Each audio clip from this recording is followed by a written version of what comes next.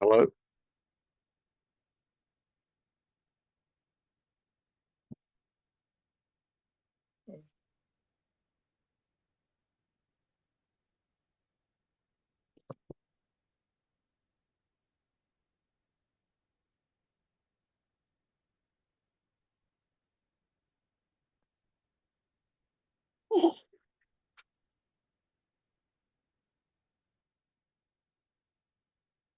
Hi, Ned.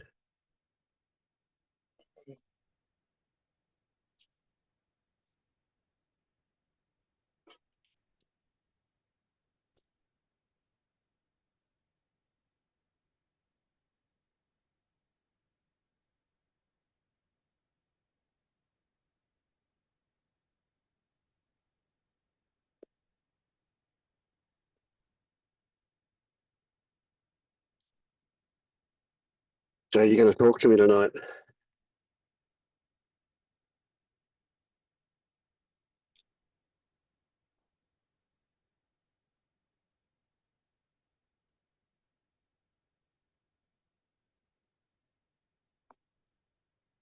Are you traveling somewhere? Sorry?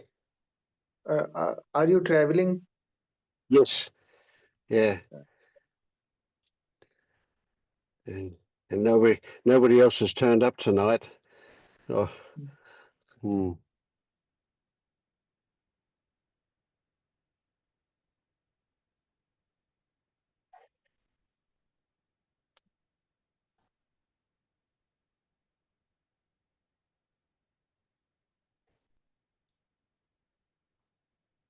So how have you been? You've been persistent in coming to the meetings. Are you getting anything out of them?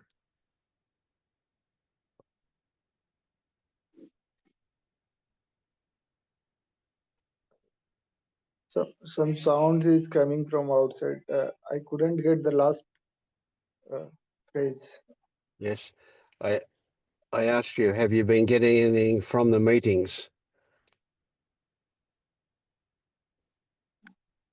Uh, I am coming from mail. I got your mail, so from that I joined meeting. Yep.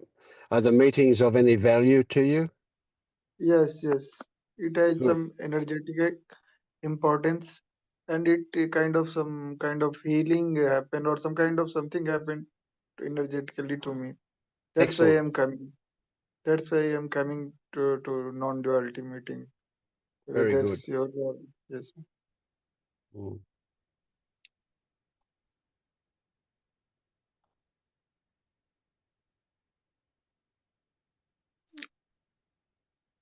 How was your journey, Vince?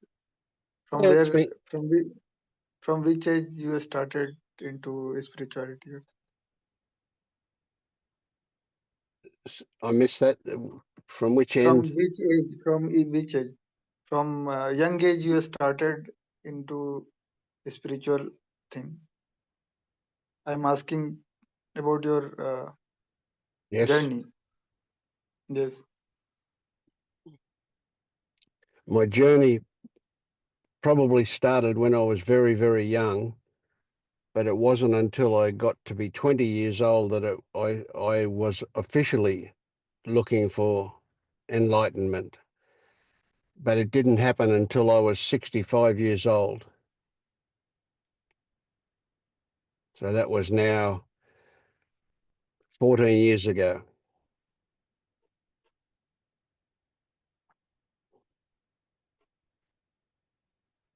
So it's been a long journey, but that's, Yes. you know, but everybody has their own version. Mm.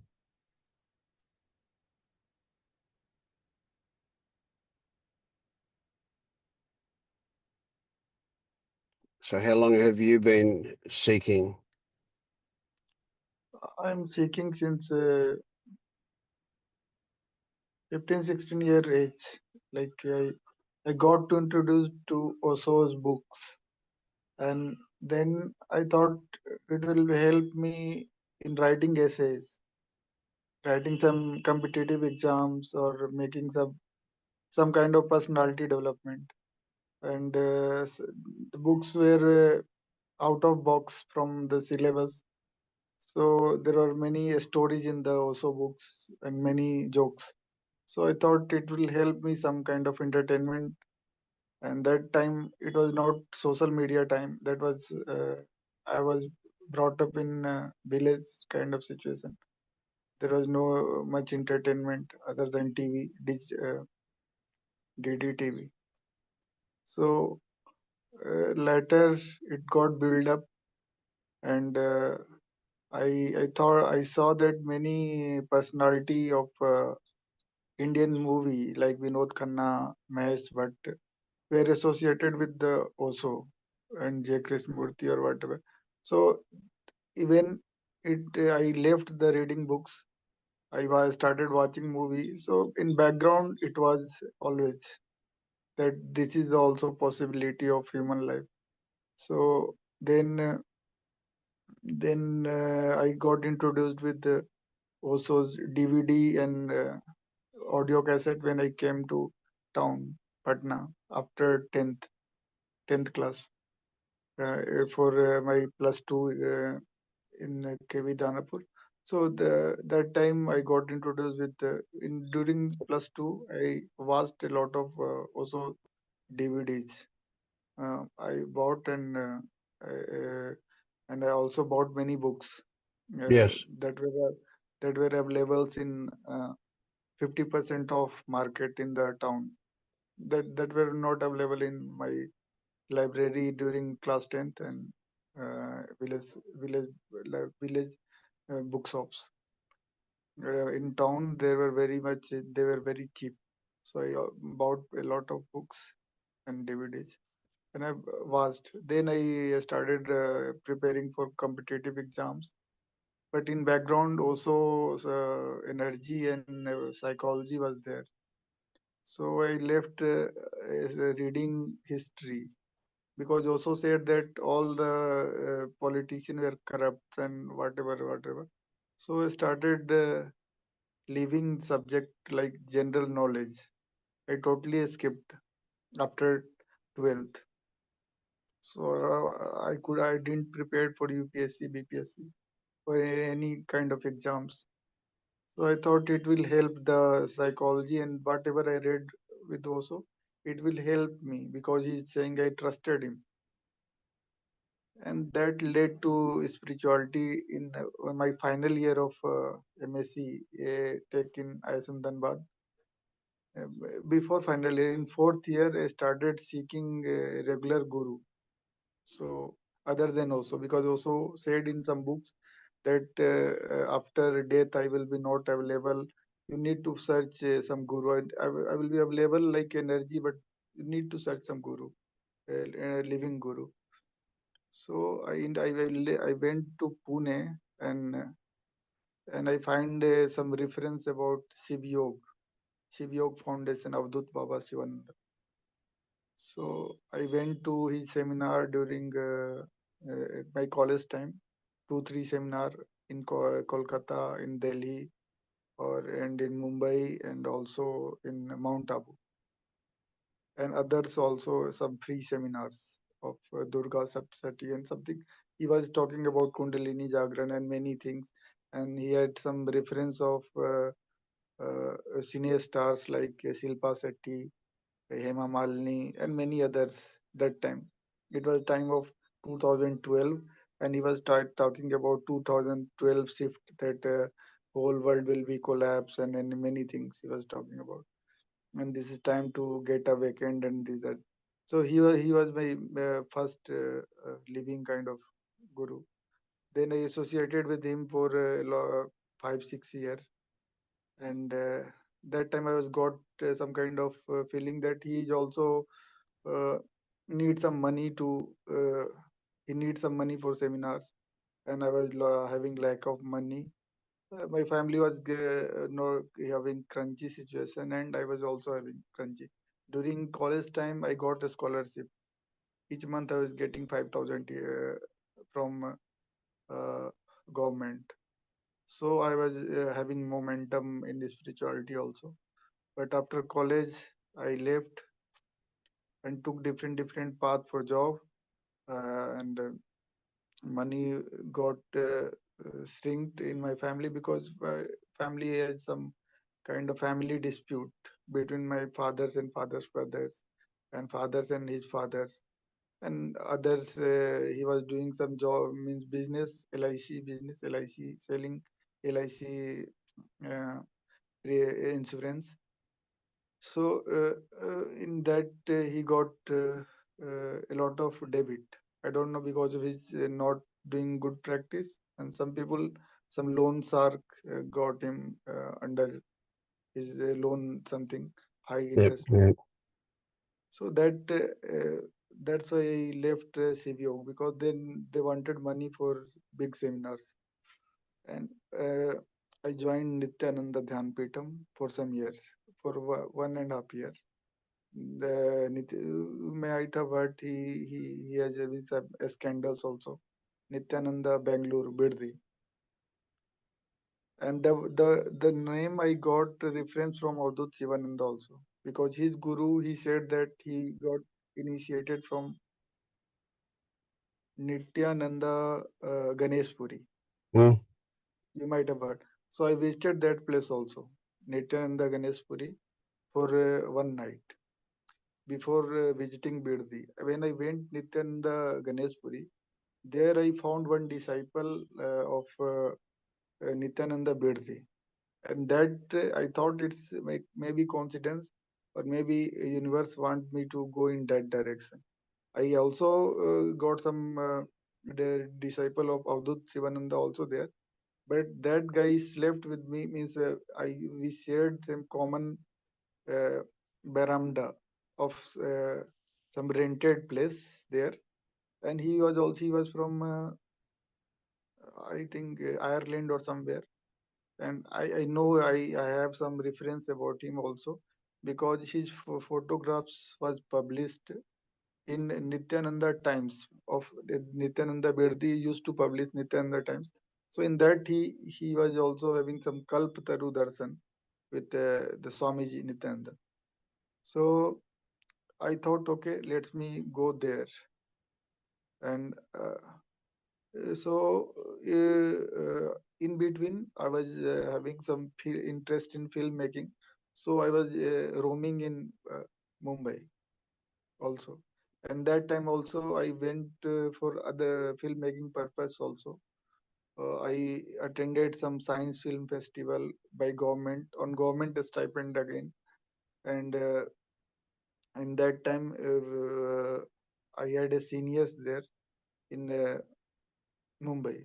So I stayed in his place, and from there I went to Ganeshpuri, and from Ganeshpuri I came to Patna, and from Patna I went to Bangalore, and I joined Nityananda Dhyan Pitam as a teacher in his Gurukul. First, then they inspired me that you should. There is some little back story also, but they inspired me to take brahmachari, and I took, and I there was a atmosphere of many foreigners from other country, and means is seekers from various religion. Some I met some Muslim also, many Christian also. They were taking Brahma, converting into it. Then I saw that the whole narrative become conversion. There I found that people are converting, and the momentum they were to donate and convert into Hinduism and something like that, and they are saying that Hinduism will save the world, and like that. S- So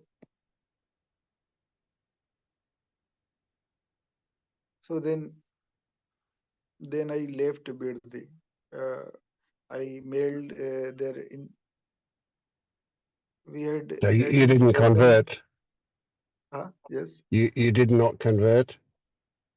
I converted. I took mala. I used to wear mala there whole time, and I adapted into his philosophy fully that time, fully, and by practicing the philosophy I find that even in that practice he is not talking his word. Means Ah, if for entry level, he's giving some other philosophy, and if you get into deeper and deeper, then he's saying that he's avatara, and you have to trust him fully. And he's doing some kind of experiment that also you have to trust fully, and you should not question him or his philosophy anytime after taking initiation, something like. And before going there, he was saying that that place is democratic. We are making some place like Satyuga or something like that. So, and you need to trust, you need to leave other practice to join him. So, I took that step because I thought he's giving so much thing free. You come there, stay there, and do spiritual practice freely. So I thought it's a very nice thing. But later I found that he is using whole thing as a advertisement. He's using whole thing to take donation from other place. And that time I was not that mature. When I get there and I started doing practice, and I was also having access to internet. So I thought, okay, this is not a kind of a scam because he was giving me free internet also. I was not allowed to have my own phone, but I can have used the internet in the welcome center. So from there, researched a lot of things, and I found similar organizations are mushroomed in on earth many times in many religion. Many people are saying I'm Jesus. Many people are saying I'm Kalki Avatar. So I thought this is not the most unique thing. Initially I was hooked by that this is the single thing because that time I was not mature. But I researched a lot of things and I left that place by jumping the wall. I was not allowed to go from the main route. So I have to jumping the wall is not it actually I it was fenced by wire yeah, yeah, yeah. iron wire. So I lifted little and I made the place and I changed the cloth and I left the place. And a situation was such tense that I couldn't come home directly. So what I did, went to railway station and researched. Let me. I was not feeling like neutral person when I came out. So I searched some place where I can stay back and for 1 month or 2 months. Then I found a place called Pyramid Valley. That is another kind of ashram. And I went there. I had some money, only 2000 plus, not three, even 3000. That was enough for coming back to home via train from Bangalore to Patna. So I went there, and surprisingly, they are having very low cost that time, only 150 rupees per day for 3 time meal and a stay. So I thought, okay, stay there for four day. Planned 3 to 4 days. I took 2 days pass, and third day, some volunteer asked me there is a festival going on there, so we need more volunteer. So you can stay there for some day without if you joined as a volunteer. So eh, before that, I was also there as a volunteer, so I understood that whole meaning and whole situation, and I joined there as a volunteer. And 3 months I joined there as a volunteer, and then they took me as a salaried person, and I stayed there for another 6 months. And after 9 months and some more month, I stayed few months as a working person in Goa. I left that place also and went to Goa for Vipassana for 10 days. And then after 10 Goenka, days, Vipassana, Goenka. yes, Goenka. Yep. Yes, there I stayed in the church, their arrangement in church in Goa. So, and Pyramid Valley is also Buddhist place, kind of Buddhist, and also they mix many things. And then there I stayed 10 days in Goa and came back to Valley and again went to Goa and stayed for 6 months. I found a job in restaurant as a cashier and I stayed there for 6 months around. And after having some salary means money, I took train and came back to Patna, and from then I am staying in Patna. That time the government started issuing Aadhaar card, UID for citizen of India. So I must have to come back to my place to make this, arrange whole thing, register me as a Aadhaar card, means enrolling the whole thing. I enrolled myself in Panji, but with token I came to Patna and got my Aadhaar card and everything, linking it to my other IDs. So that is my journey. Then I when I came during Valley also I got introduced to UG Krishnamurthy, and UG was also a citizen of Bangalore, and that time I watched whole of his videos in on internet, and I read the mind is myth and thought is your enemy and all the thing, and I was very much into his groups on Facebook and commenting about him and whatever thing. But at certain level, he left me. After certain level, he blasted Oso and Krishnamurti and search for enlightenment a lot into me. But even then, my situation was not improved that much. I got some momentum for other direction to live without gurus and all the thing, but situation sometimes improved, maybe improved, or but I was not having some easiness kind of thing. Then I searched a lot in YouTube and found you Advaita, Ramesh Valsekar, Dada Bhagwan, and many other things. And then I thought, okay, I will not leave my place, and I have to make my monetary thing. I have to consider money also. I can't take risk always, like go in any direction, invest my energy in any customized energy. And then I found other things like Helen Hamilton, Alexa Knight, you, and all thing I found on YouTube. Then Mm. even I found Hurtfulness also, and Saj Marg, Ramashram. That all thing I found on YouTube. I went to Hurtfulness also, but at certain point I found that they are making something very thing. They are making things very much philosophical, and in that time they are saying that you, if you reach at certain point, you will become god of the whole world and whatever thing. And many people I found that they are pursuing for powers, Yeah, having some yeah. kind of Mm. siddhi, and then he supported some kind of political agenda fully. I don't know whatever what they're doing. And even in that time, one person from Ireland,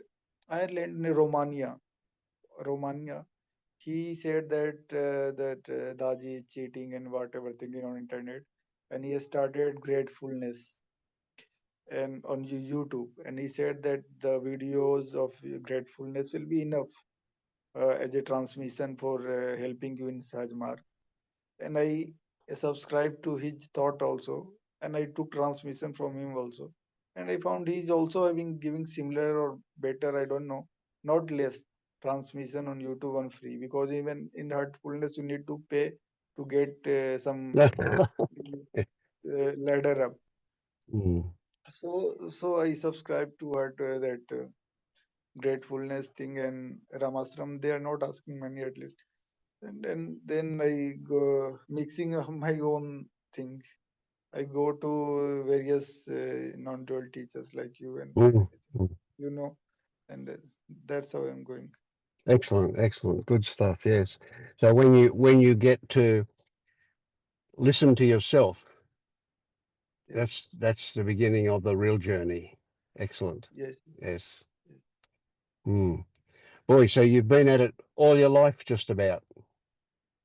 yes. This is all right. Yeah. I am roaming like this, and sir, now I see into my body. If it feel relaxed and harmonious, then I find that okay. And Yep. some other thing I also learned dowsing. Dowsing.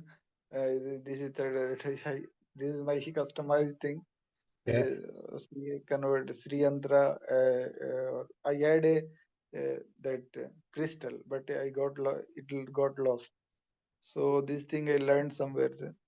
I use it also to check if I'm going in right direction or not. And sometimes I trust it also. I don't know why. Because many times I try, it helped me to check out the energy, but I am not expert in that. I can't say that I am expert in Mm, that. mm. Good stuff. Yeah. Thank you for listening. Oh, you're very All welcome. many people, Yeah. It's really good to hear your voice. Yes. many people join add to the Thank you. thanks. Ah,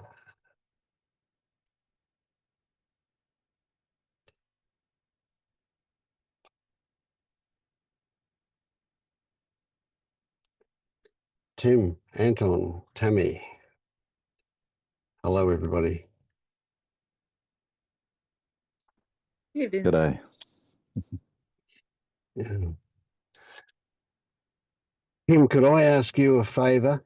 Would you facilitate the meeting for me for a little while? I need to rush off and do a few things. Sure. Yeah, could you that? Could Yeah. yeah, and it was I suspect it would be good value for Tammy to hear from a Okay. different perspective again. Yeah, Sure thing. Yeah. yeah. Yeah. Okay, I'll be back as soon as I can. I'm not sure how long I'll be away, but I'll just have to run right now. No worries. Thank you. It's okay. Yeah. And All right. Anton is a good resource as well. Use him Yeah. to. I remember him from the other day. Yeah. Yeah, excellent stuff. All right, I'll be back in All if right. I can. Yeah. Cheers, Vince. Okay.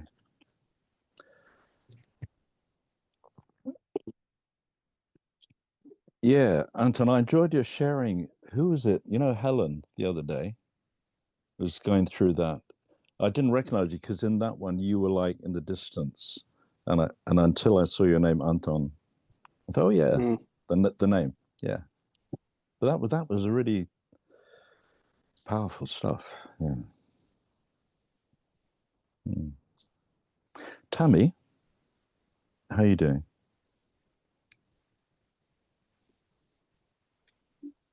Good. How are you? I'm good, thank you. Yeah. How's things been? Have you been sharing with Vince? I came late, a bit later. Have you already shared? Or do No. you, There was do you a feel man like it telling or the not? story. Yeah. What? I missed the beginning of that, and I some of the names you mentioned, like UG, I was big into that, and his was he called it a calamity or a catastrophe, and let things fall apart. But yeah. So sorry, Tammy. Yeah, what's been up for you? Anything particular or the same? Any change?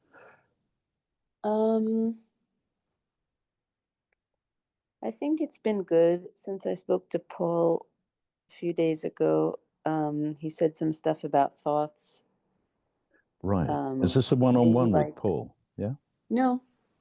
He took over for Vince. Oh, great. Okay. Good. Yeah. And he spoke about thoughts and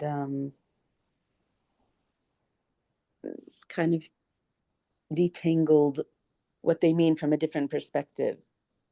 He was like, Right. they're just like replaying old things. They have no consciousness. It was just obvious, like, but you never think about it. And I don't know, he just kind of dismantled it step by step. And Yeah. I think I've been having like less going into them a bit since then. It's just been a bit quieter here. And sometimes the old stuff will come up and I'm like, nope, continue brushing teeth. Like, so that's been fun. What a relief. Yeah. Isn't it? I think it's when you hear it. I mean, people speak about the stuff in different ways. Obviously, we're all wired differently, and it just takes one person or even a snippet from what they're saying to kind of grok what's going on. And Paul is very, from what I've heard, he's very, he doesn't mess about. It's like straight in there, very clear, Yeah, not very linear, but very concrete. delineated. Yeah. Yeah. That's great. I'm really pleased. That's really good. Yeah. So, yeah, of course, being me in my mind, I'm like just another happening, and soon it'll all come, back as always. But Yeah. so I'm back to reinforce Yeah. Your voice to sounds keep going in different. the right direction. Sorry. Your voice sounds different. You sound. This is all perceptual. I know. You sound more relaxed. Yeah, It's it's subtle, been but to somewhat me, I mean, relaxing. it's a perception. But Yeah. Yeah. It's been really nice. That's great. Yeah. Yeah. Yeah. Good. Yeah. I don't, as one of the people I used to listen to would say, it's more skillful to assume that everything's going to come back. So like, then what? But in other words, it just seems like, people will say stuff and it'll stick for a bit, and then the mind will go sufficiently hysterical, or, oh my God, this is so important. And then, oops. Yeah. But so I'm not sure.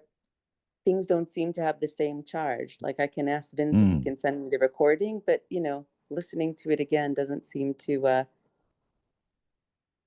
catch the mind as much, like to listen. But, Right. Yeah. Yeah. So we'll see. I don't know what I can do beyond what I'm doing. So I'm doing it. Sounds like it's good enough. I mean, and it's easy to say it is what it is, but it is. I used to love this fantasy of being done. This whole thing of you're not cooked, you're not done, and that it sounded like a threat at the time that it might be ongoing. This stuff might come back, albeit thinner, or But I still, that still happens. It happens to Vince. I mean, Vince has been at it a bit longer than me, not much. But stuff happens, and I get buttons pushed periodically. But it does. They don't hang around. The response to that doesn't really linger. And it's just being okay. That's what happens. What can you do? Yeah. And I also think, like, I'm always looking for where there's things that people, like, I listen to a lot of things and I try to get at what are they all saying? What do they all have in common? Like, what's the message? And sometimes it's not that they have in common. Sometimes some people will say, get to bliss, you can do it, keep on whatever, getting rid of the low energy, there's that message. But then Yeah. with more of you guys' stuff, it's more about the one thing I still don't get is the whole thing about, if I think about it, it doesn't help. And all these questions don't help. They get me more into mind, but about the doer and the self and the observer and the awareness and are you the witness? I kind of get confused there. But letting go of, like, seeing through that thoughts are repetitive, seeing that, just the little things can kind of kick in there and relieve some of the stuff and the second arrow stuff and like that. So that's kind of understanding it also on the mental level and also on the experiential level, also whatever. Yeah. About the second arrow stuff, but the more esoteric stuff, I'm still like, I haven't seen, like, I don't, if I start to try to think about what does it mean that I'm not a person, like, that just gets me lost. Anyway, Anton, you Yeah. unmuted. Did you want to say something? Yes, if I may, you said that you are listening to many speakers, and you are trying to find something in common. And what if the only thing that is in common is you listening to all of them? And then it's not really important what they are saying, but you can be aware of you listening to all of them, and it's not them, it's you. Anyway, even the things that they are saying, you are perceiving it in your own way. But beyond this way, there is you. And in that space, there is no even perception of them speaking. So there can be no fear of listening to someone that may delude you, or someone will say one thing and then the other one will say other thing, and you will be confused. You can be confused only if you are not listening to the one who is listening, if that's clear. Meaning listening to my own perceptions that arise when I listen.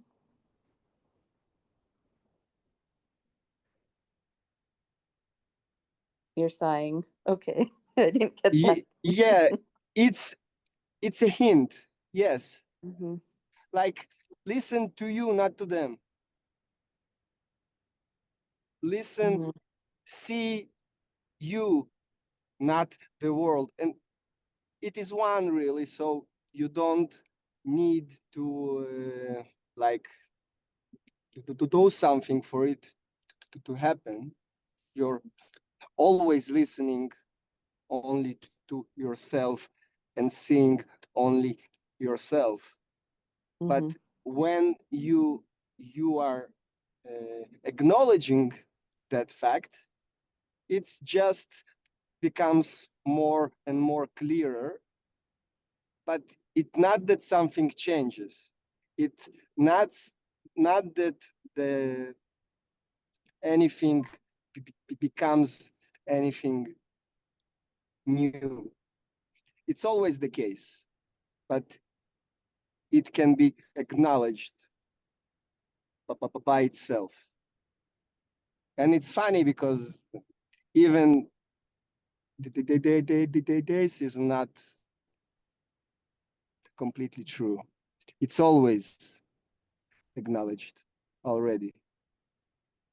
But it's really, you cannot speak about it really. So I'm doing what I can, you know. It's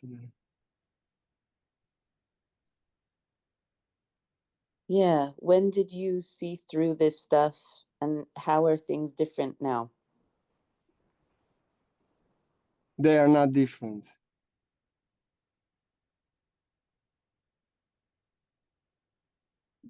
Uh, Still stuff can happen, and there is physical reactions like sensations in the organs, and I'm stuttering. It's energy that is stuck a bit, but it's all happening as it is, and it's all already it is, and I cannot really change it. What can seem to be done is allowing. It's like you are less resistance to anything that happens, and with that you are less resistance, it become less and less as if something is happening. It's all like, if it's all you, you will have less and less interest in how it is or what it is, because you know it's all you. So you are less and less interested in something else but you, but everything is you, so it's not really changing anything. I don't know if it makes sense. Something. It's just everything is clearer, but it's the same. It's transparent understanding. It's not something substantial. It's not something that I can show you, but it is always here without a place, like here or there.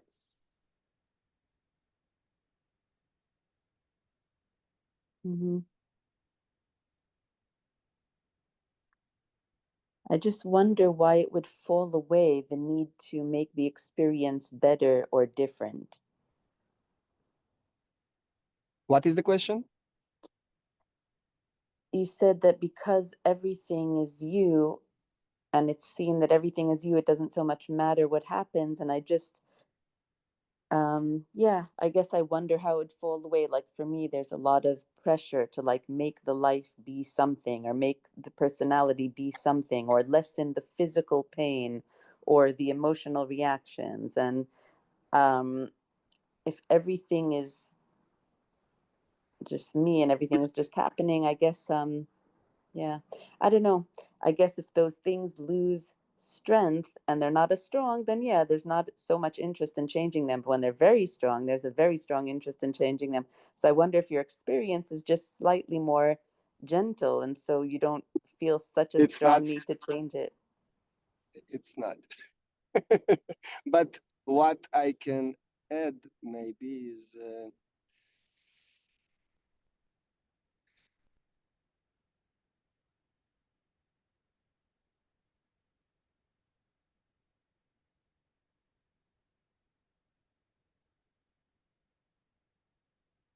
as it becomes more obvious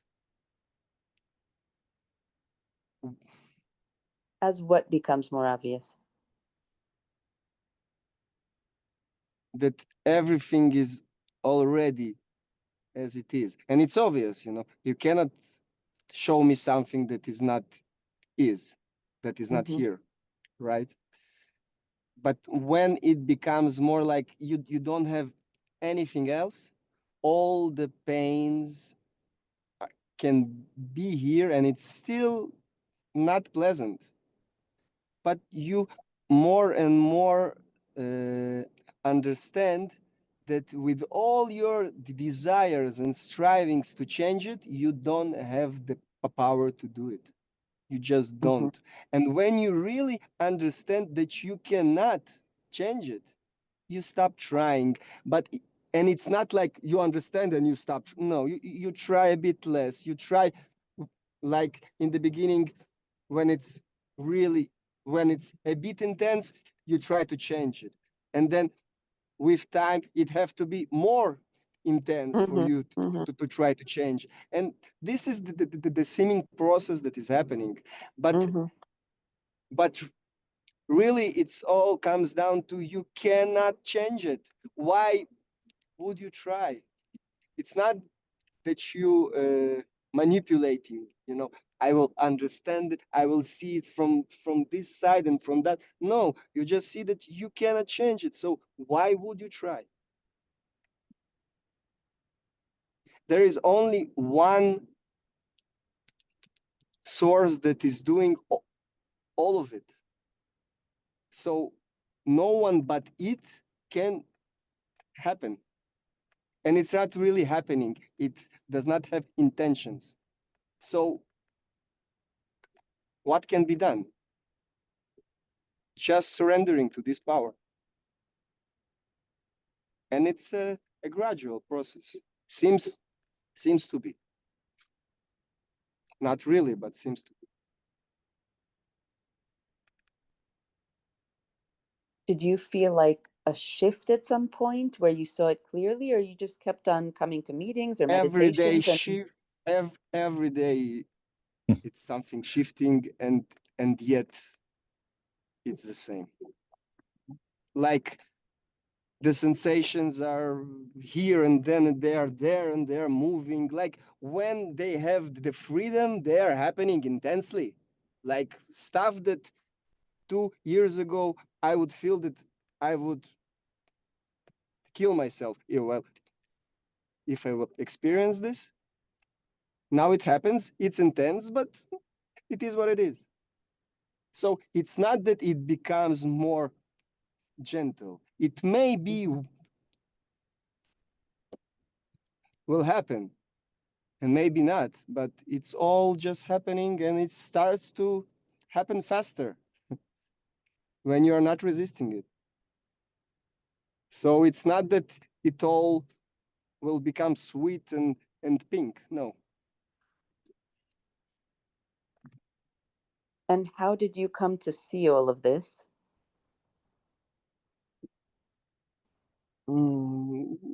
As you, I was listening to many speakers. I will meditated, but I cannot say that it because of the stuff I did. But yes, it's like in some point that became the most important subject for me, and all my free energy that I could give it, I gave it. So it's like all my free and not free time, I am trying to surrender myself to God. I'm not really trying, but like this, it feels like trying and less. With time, you see that you are not doing anything. In the beginning, it feels like an effort. And then it becomes less and less an effort. And still sometimes it feels like an effort. Yeah. At least for me. In some occasions. And was there a moment where you realized all of this, or was it a gradual process of sinking in, this seeing and understanding that, look, I have no control?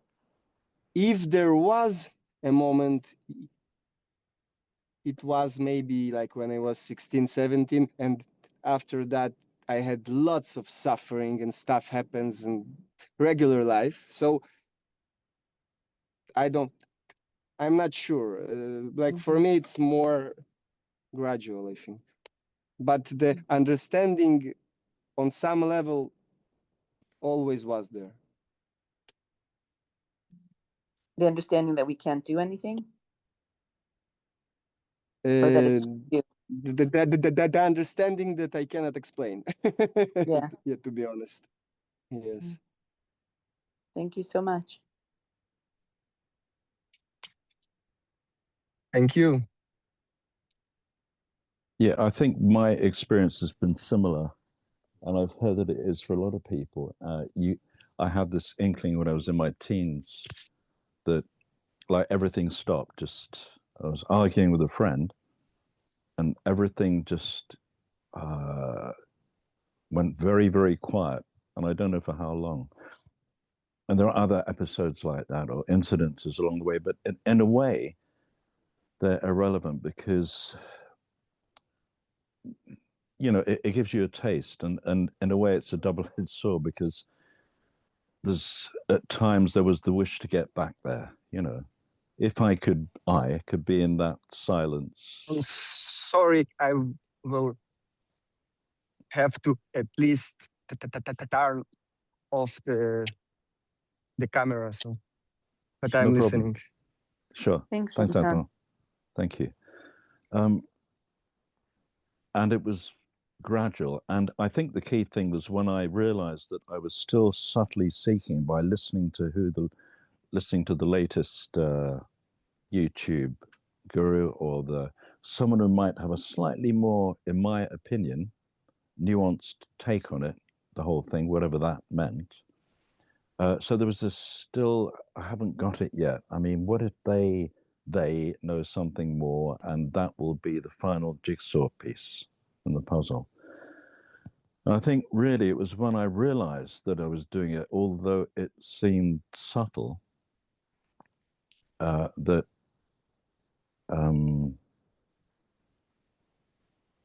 it became laughable that I've been doing that. I wasn't laughing at myself in a derisive way.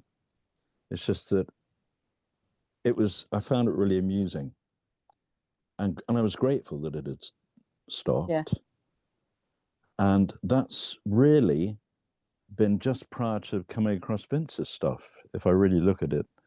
And also the bypassing that took place from, I've mentioned this before, teachings that were very absolute. Like the body isn't real.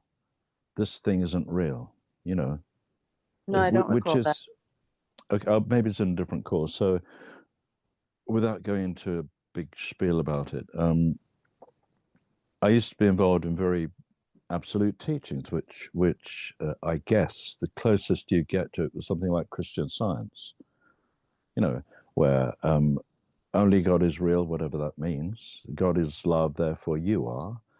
And anything unlike that is unreal.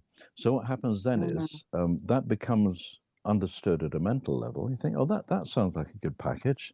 That sounds like a good deal. But what happens really I've noticed a lot of people involved in that is that a subtle or not so subtle form of denial takes place where you're actually resisting the body, you're resisting the quotes negative stuff, and then anything good that happens is somehow attributed to you, whoever that you is, being in alignment with the loving Right. God. That sort of teaching. And that all fell apart. It became a nonsense. And so fast forwarding to when I came across, I guess, the Fetters and Pernilla and Todd briefly, and that was great. But when I Who came is that? across Vince, Pernilla and Todd? yeah, what's it called? The Awakening Curriculum. I think Vince may not have mentioned it to you before. It's it examines the Fetter model in a non-linear way. You know about the Fetters, the different stages I've of. heard them mentioned here, but I've Okay, not gotten into it's not. that. It's not necessary, in my opinion. It's not necessary to know about them. It's basically the earlier ones are to do with letting go of attachment and aversion, habits. But this is all after what we're, I think, now talking about the entry level, where you realize that you're awake. That's the first step. That there's You're no awake, doubt that meaning that you just are. That there's no you're not your story. You're not any of the things that are mentioned, and you realize that those are just things that arise, and that the other, I guess, identifier is that you realize that there's no way you, Tammy or Tim, could be in charge. There's absolutely, that becomes a ridiculous notion, and that there is the way of things flow, and there's an unfolding, and that you either resist that or you don't, and we have no control. And that's quite scary, but initially, but I find it a real relief now, strangely. So I don't know how I started all this. It was just, yeah. I think you were saying that other model is once you've realized this, then you Oh, yeah, go into that stuff. I mean, I realized that lots of the things I've been looking at during the seeking years was really, if I'm honest, for a better life, not more money and stuff, but no, I didn't want any pain. Who does? I didn't want suffering, but yeah, it was all these things were kind of offering something that would actually, I don't know, they were kind of compromised. That you could deal with the pain, like you could yeah, have your cake and eat it too, and you can have a great life, and you can have a little bit of what you want. There's some wiggle room there, so maybe there's a bit of free will, and many permutations of that formula, And I just saw it was all complete crap. I just thought, this is just a made up, all these slightly different things are just just stories, that we buy into and sometimes pay for physically, I mean, monetarily, financially. yeah. And instead of feeling better, I just thought it's laughable. It's just the way it was. It's just the way it was for me, which I guess is why when you say, and it's not wrong that you do it, what happened for you, Anton or Tim? Was there a time that you knew?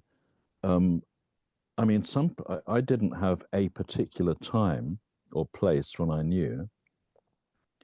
Like some people, like some cases, like say Eckhart Tolle and people like that, they had this ping thing, and I Yeah. suspect, but can't know that I think he had stuff to fall away afterwards.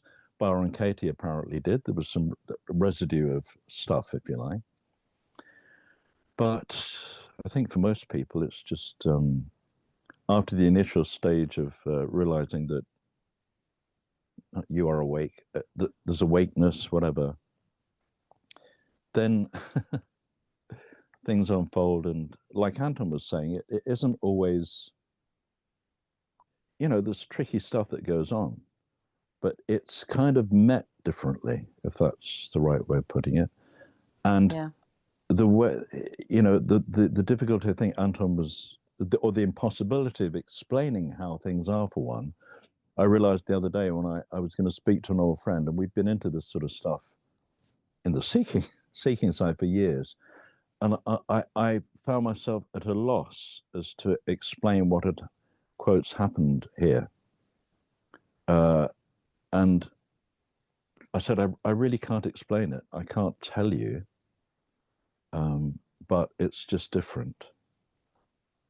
And that was it. It's not really possible to say it in words. And I guess, I get some sense of it. Otherwise, I wouldn't keep coming. But Yeah.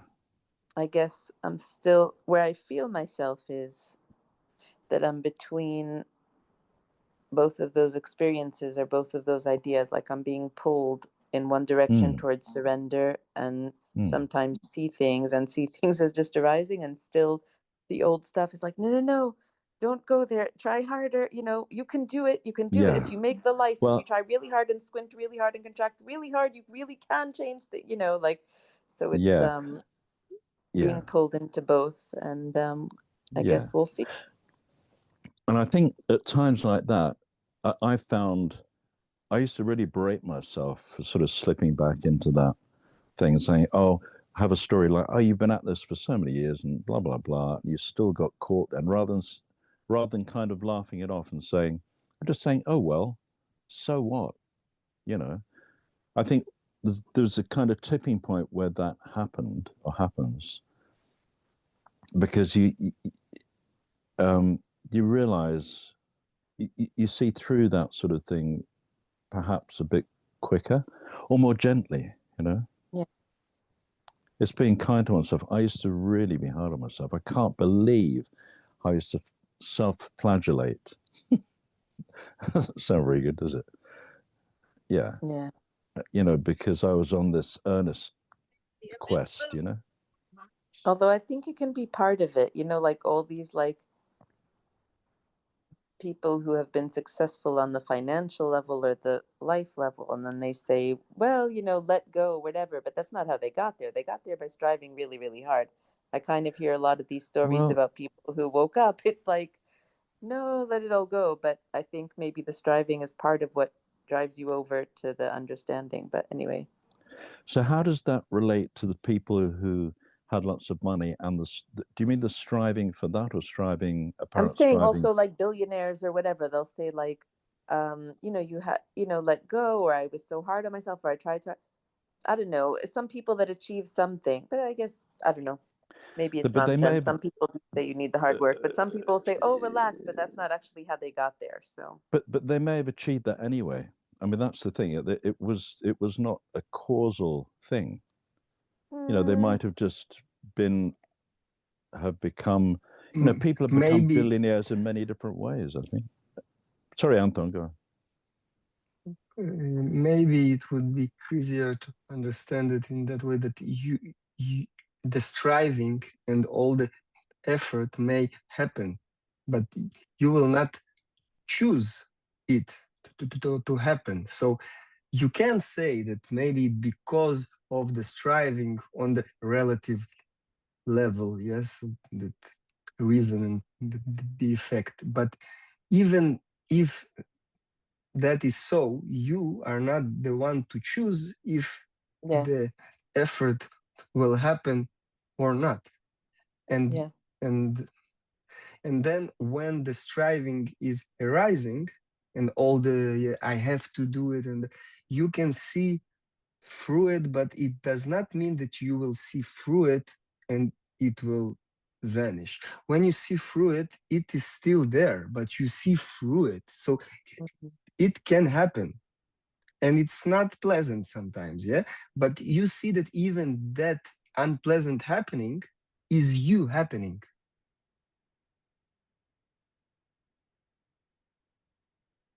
Or you can say it's God happening, or God Yeah, I was being just going to ask if that's God. what you meant. Yeah. You cannot change it. So Mm-hmm. maybe from now, 3 years ahead, you will meditate 20 hours a day and stand the 4 hours that left, you will stand on your head, and then you will be enlightened. Ay, manishma. And maybe not. So Yeah, I guess I was, talking about striving in the world. In other words, being pulled to strive in the world versus surrender in this kind of stuff. But I guess you're saying even that will just arise or not, and I can't control whether I'll want to keep seeking or strive in the world. But I was in a position most of my life where I was unable to earn much money. I had very few saleable skills in the Orthodox way. Most of mine would, at best, would be called soft skills. And so in the end, I don't know if it's because of that. It's not just that. I thought I've got nothing to lose, you know. And I've tried all these different things, starting with the success model, you know, like you could the prosperity model, where you can, if you think the right thoughts, do the right things, you can get there, that sort of thing. Fortunately, affirmations didn't work for me when they seemed to be working for everyone else early on, who I knew, you know. And they were saying, "Oh, look, I affirmed this and this happened. Oh, yeah, okay." And it didn't for me. I was the one it didn't work for, which in the in the end was a blessing. Um, so I didn't really have that. How does that relate? And that's just the way it was for me. It's like we don't, how things unfold is completely out of our hands. You know, there are stories given to it like, oh, you kind of, you scripted all this before you incarnated. There are various stories given to it, but it's just an unfolding of what is, as far as I'm concerned. And you just roll with it and you open to it and allow it in the end to take you. I'm going to have to go on mute briefly and relocate, but I'm listening because my wife needs to use the room. okay.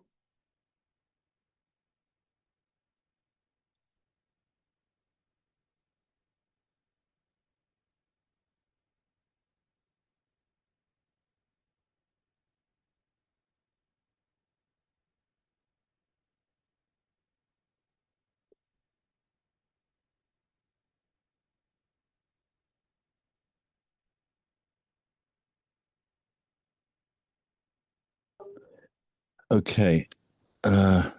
Sorry about that. I'm just got to go down somewhere else.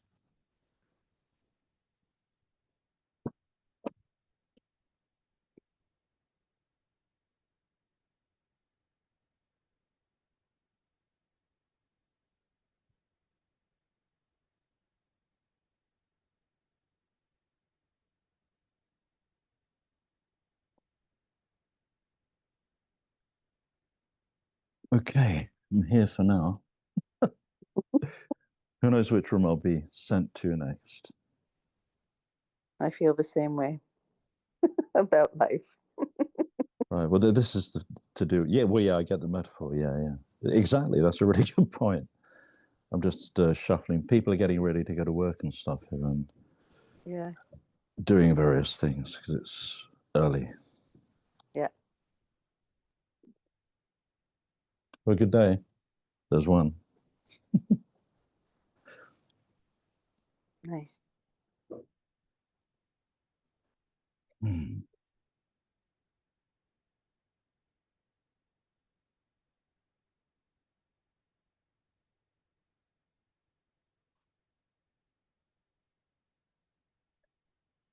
Here we are.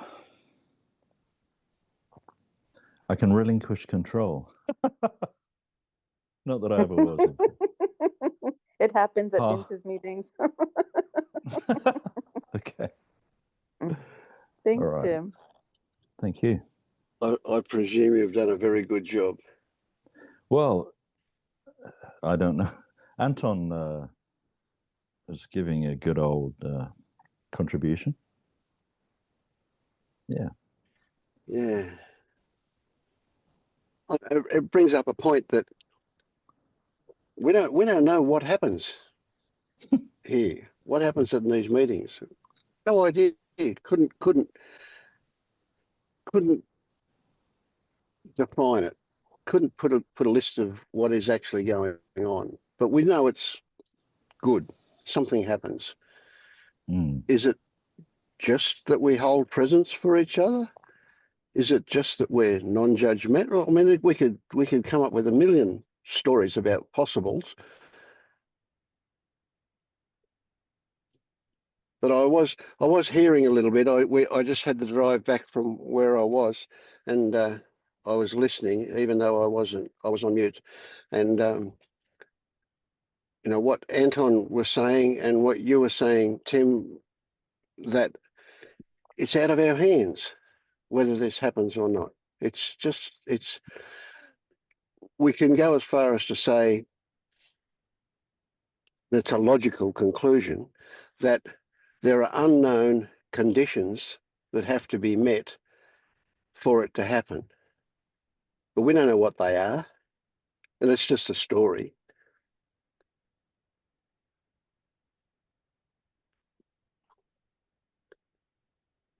And well, let me ask you this, Tim, and I'm sure I would know the answer, and I was sure I would know the answer if I asked Anton as well.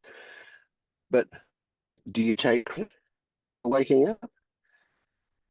Sorry, you cut out then. Do I? Oh, okay. Let me see if I can change my internet. I was on my mobile phone. Now I'll change to the. You're good now, but yeah, just for that moment. I heard about waking up.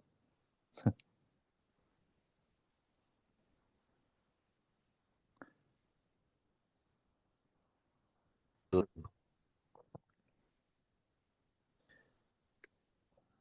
should be. I'm on my proper internet, so but you can't hear Okay. me. No, this Yeah, is that's good better. now. It's good now. Oh, It's great, clear now. Yeah. great. Yeah, all right, good.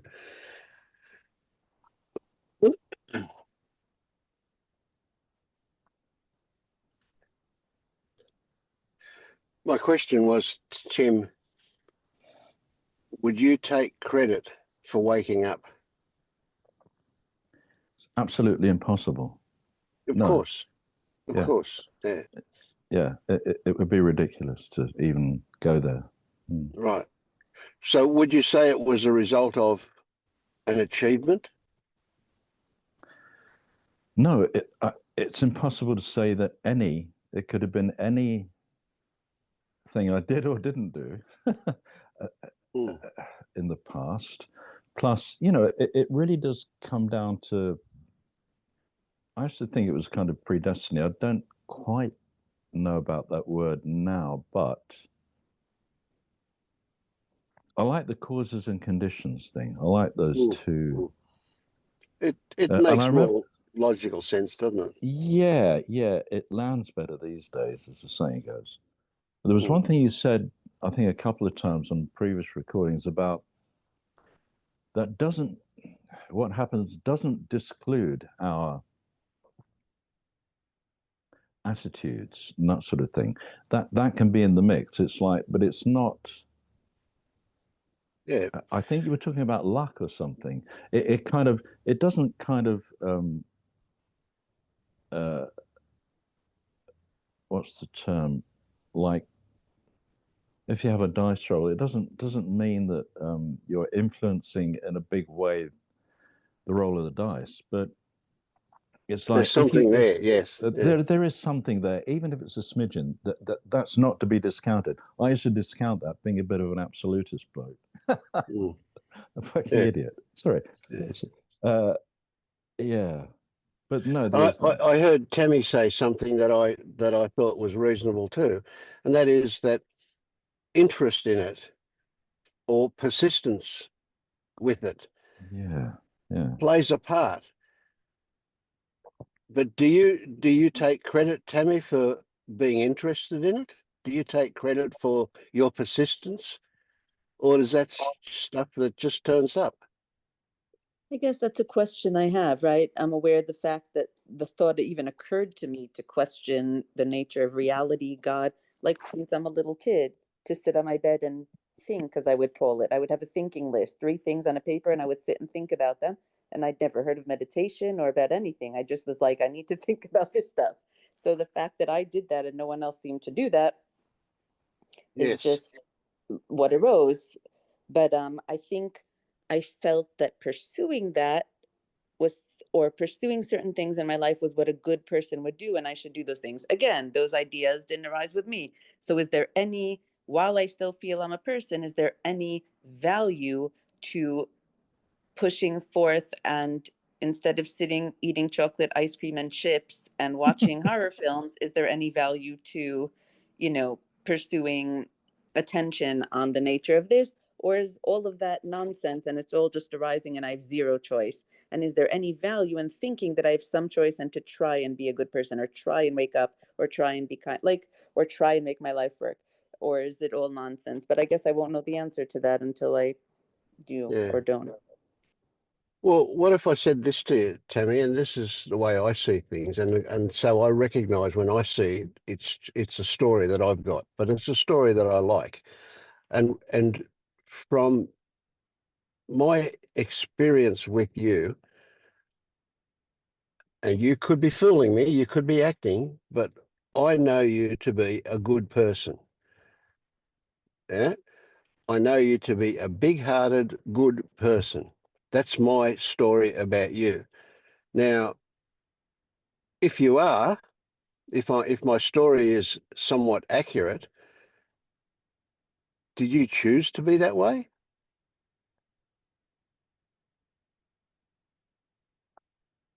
I feel like I worked at it, but the question is, Oh, I fell into that one, didn't I? but I'm also aware that the desire, the energy, and the doing of it is also, you know, what arises here and doesn't seem to necessarily arise in every moment of every day or to other people. It's not what they seem to think about or are concerned with. So Yeah. some people, yes, of course, Okay, so let me ask you this. Let's take a hypothetical person, not a real person, a hypothetical person who is bad. They like to, I don't know, hurt people, hurt animals, steal, whatever you want to call bad.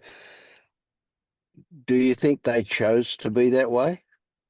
think they're not trying hard enough. It gets me very upset. Ah, I'm like, you can be good. I see it. 10% of the time you're nice. And why are you pushing me when I get off the elevator? Why are you screaming at your kid? Why are you hitting someone? It's like, just try harder. Like, you say you yeah, believe in God or you say you whatever. God is watching you. Why are you hitting people? Like, I don't know. I just yeah, yeah. get very frustrated. So let's take that as an example, right? So let's presume that maybe they can or cannot be different to the way they are. What about the kid that they're doing it to? Do you think that kid is going to grow up as a result of that treatment to be a certain way? Yes. Yes. And do you think that child has a choice about it? It's easy for us to say, oh, the adult has a choice, but the child doesn't. But isn't the adult just a big child? I do blame myself for the choices I made as a kid. In other words, like, why did I have to like grow up with that type of reaction to response to how my, environment was? Why couldn't I have been stronger or this or that? Like, and now people tell me, well, you were a kid, but do I suddenly blame myself for not coming out of it, a gorgeous, stoic, confident person, and rather being who I am? Of course, sure. I would have wanted my life to go differently, and I do, Right. What about this one, Tammy? if you had have developed into whatever you said, a gorgeous, quiet, confident person, I think you I said probably stoic, would but not yeah. be on this path. Do you get that? No, that's true. That's true. I would be fine being like the head of my company and yeah, Yes, tending my 3 exactly. Yeah, dogs. Yeah. yeah. So one thing, and this is something that turns up here from time to time, and that is, I can imagine everybody who comes to these meetings, everybody who's interested in waking up. If I say to them, "At what age did you first realize that you were different to the other kids?" Every one of them can give me an answer. Mm. So let's face it, you've joined the club of weirdos. I keep trying to be a normie, but Well, I gave up on that one. It never worked. Yeah. mm, So do you get the flavour that certainly we're affected by all of the conditions that we grew up in, all of our experiences, everything has affected us in a certain way. And for those of us who are lucky enough to be on this path, that that uncomfortableness is very much to do with this.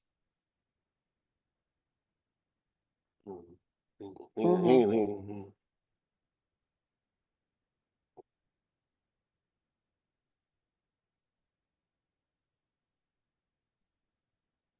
I've just got this bloody thing. I don't know my way around. Um, there we go. Connecting.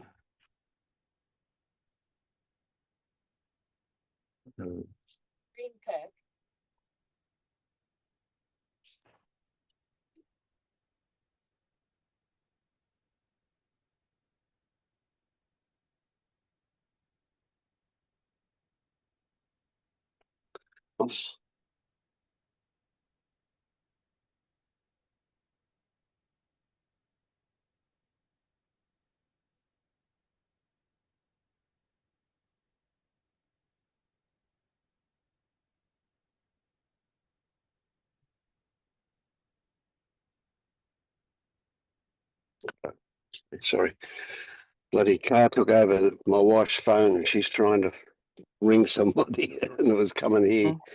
All right, okay, it's fixed. Sorry about that.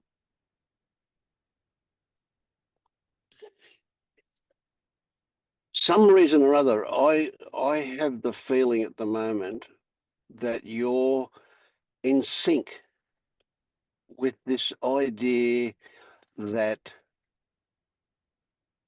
we didn't control anything. We didn't get here by wanting to get here. We want to get here, but after the fact is the idea, the realization that we want to get here. We want the we are the result of a lifetime of conditions that turned up. For whatever reason, those conditions turned up. We're just the result of that. And it's kind of a simplistic way of putting it because it's very complex. But I'm getting the feeling, and maybe it's because I'm imagining it and I want to feel that, but I am getting the feeling that you're getting a flavour for that right now. Is that true? Is that accurate? it is. It is. Um, yeah, I was saying before to Tim and Anton that I feel kind of like I'm in the middle a little bit. Like I see the surrender part and I see seeing that it all arises, and yet there's a part of me that's like, no, no, no, this is all just a nice, card trick detour. And now you have to like get back to really, really trying to make your life better. Um, So it's hard to. Okay, I'm what about kind of this? detangling, I guess, what it means to still be Yeah, alive and still be moving, but not thinking that I'm doing anything. It's a bit confusing on the mind level and on the experiential level, but yeah. yeah. So what about this? That stuff is also there, just like all the stuff that brought you here, all of the stuff that has led to this, a lifetime of experiences, and included in that is these thoughts about what you've got to do, how you should be, what you can change, what you can bring about by wanting, all of that stuff, every bit of it, all of the shitty stuff as well, is all part of what is going on. It all just happens. Hmm. See, there's no. This leads us to this huge thing. You can't do anything wrong. What you take to be wrong is also just part of it.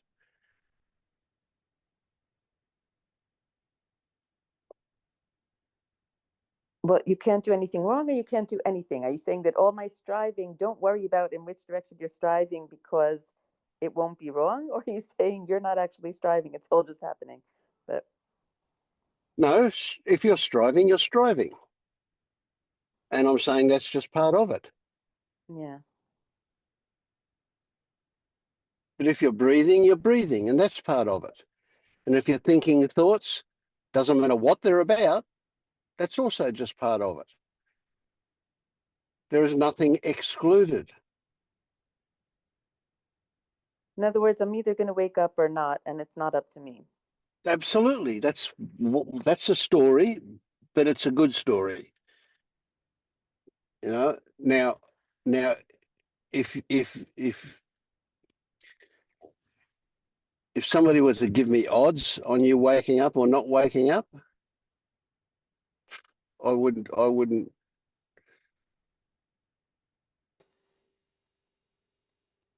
have any idea. I could say I wouldn't take that bet. But now I'm not saying, I say waking up or not, both sides of it. Having said that, one of the characteristics that I see frequently that I imagine contributes to waking up is persistence. And you've got that. Absolutely. In fact, all of the characteristics you've got, I see versions of that in other people, and I attribute that as playing a positive part in it.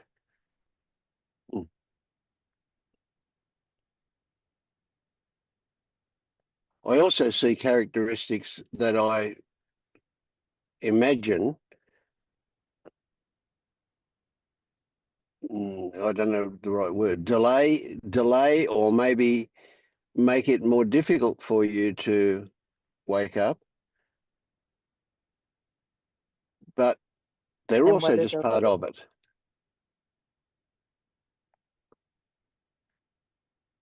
That you seem to clutch very strongly to the idea that your thoughts have value.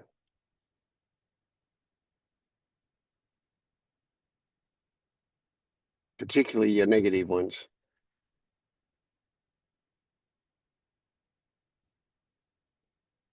But I'm only just saying that's something you'll get over, but that's a hurdle that exists. Yeah, my thoughts have been where I live. In other words, they are what I do all day. So Yeah. they and yeah, and they seem to have a lot of value in a lot of things, like where I am with my health, rather than being in another place. All this intense research has brought me to places and a totally different life than I had 10 years ago. So I just feel like a lot of my research has brought me to where I am. So, but again, it's taken me as far as it can. So, it's hard to just totally abandon that realm of research and thought because it seems to have very intricate, complex, intense research about all Yeah. kinds of stuff Yep. has really changed my life, and has brought me here. And it's kind of like a trade off, more peace for less obsession. And also, how far can it go? And um, yeah, people who just take meds are Right. more resigned. They might be more at peace. So, there's that kind of trade off. But Okay. So what I say to you is, don't abandon them. You don't have to give them up. Just put them into perspective, and that is that they are what is there. Now, they may not be exactly what you perceive them to be, but regardless of that, that's irrelevant. What you do perceive them to be is part of your history, part of your previous experience, part of what's brought you here. And that's a good thing, isn't it? yeah, I guess. So I'm not going to say to you, strawberry ice cream is better than chocolate ice cream.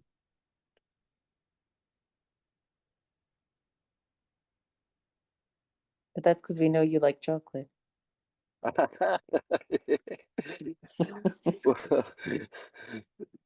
But you get my point that nothing has more value or less value than anything else.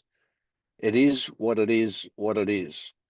And what's brought you here, whatever the route you've taken, whatever research you've done, whatever you've believed, whatever it is, it's brought you here to this. And that's a good thing. But let's not give it more credit than what is due, because that's just been part of your journey. And I'm saying that your journey consists of everything that's ever happened to you, or rather, your interpretation of everything that's ever happened to you. That's what's brought you here. Yeah, and I guess the question is it safe to let go of hours and hours of intense going into concentrated thought and trust life more? You know what I mean? I Mm, think that's kind of a little bit where I am, like, especially after Paul's talk on Sunday about the nature of thoughts. Um, and yeah, so it's right. just like, So I haven't watched that, but I've heard Paul talk before about it, and I'm imagining what he's saying to you. And what he's saying to you is that thought is not you, it's same thought. objective. Yeah. Yeah. And it is no awareness, it doesn't know anything, and it's just replayed loops and stuff. Yeah. Yeah. Um, Yeah. and so since then, it's been a lot more quiet for the last few days, and collapsing a lot of stuff even more readily. So Yeah. I was saying at the beginning of the call, I was like, I'll be like, oh, going into story, and then like, oh, nope, coming back, just brushing my teeth, like just like Yes. you say, Yeah. your stories and stuff. Wow. Um, That's great. Yeah. That's huge, isn't it? For Tammy, that's absolutely huge. yeah, it's been fun. And then I came back here in a panic of like, how do I keep it? How do I keep it? It's not going to stay. I know it's not going to stay. Um, Yeah, and that of course is more thoughts. right. So so Um, if you go, how do I keep it? And that's an important thought, but those other thoughts, I don't need to. Yeah.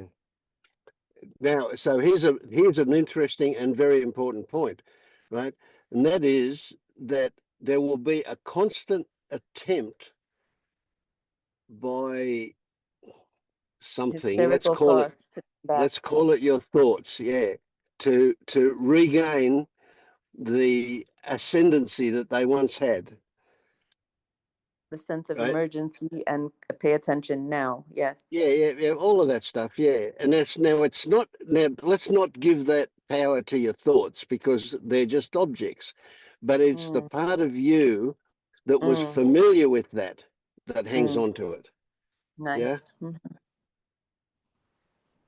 So of course, and when you say I don't want to lose it, if you give that particular thought any credibility, guess what? You'll lose it for the moment, for Right. an instant, I'll for be an back in instant. thoughts of how to solve the thoughts. Yes. Hmm. Yes, yeah. So when that thought turns up, what do? You look at it and you go, that's just a thought. It doesn't know anything. It just turned up. Put it out on the blackboard. That, like Paul says, that's a great way to give it its appropriate position in your experience. It's just a thought that turned up. And why that thought and not another thought? Well, a lot of reasons, but very likely mostly habit. And I guess what is, in other words, if you bring that up already, my strong attachment or belief in or whatever to or habit of thoughts, what is their place? Like I just got enough, things are going to rise all the time. I just went for another medical test, said stuff about my bone density. How much, like, I'm like, oh God, here we go again. Do I have to go into like 7 months of intensive research, finding out whatever medical science has to say, alternatives healers have to say, any anecdotal evidence of anyone healing their bone density? Do I jump or do I not? In other words, how much, because there's still the life level. And I kind of put it off for 2 years and it got worse. So ignoring it isn't working. God didn't just miraculously heal my bones. So it's like, so that it goes out the window. I was kind of hoping. But, if I would just relax and go on my way, that things would be taken care of. So what is the place Yeah, of yeah, thought? yeah. So, well, firstly,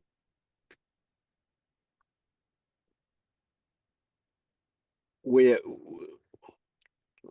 let's be uncaptured by any one thought. So here we go. This is the next level thing, right? So firstly, we have to get you to no longer be a slave, a prisoner of your thoughts. And once that happens, we can start to allow thoughts to come in and have a particular, have a pertinent place, right? So in this case, I would say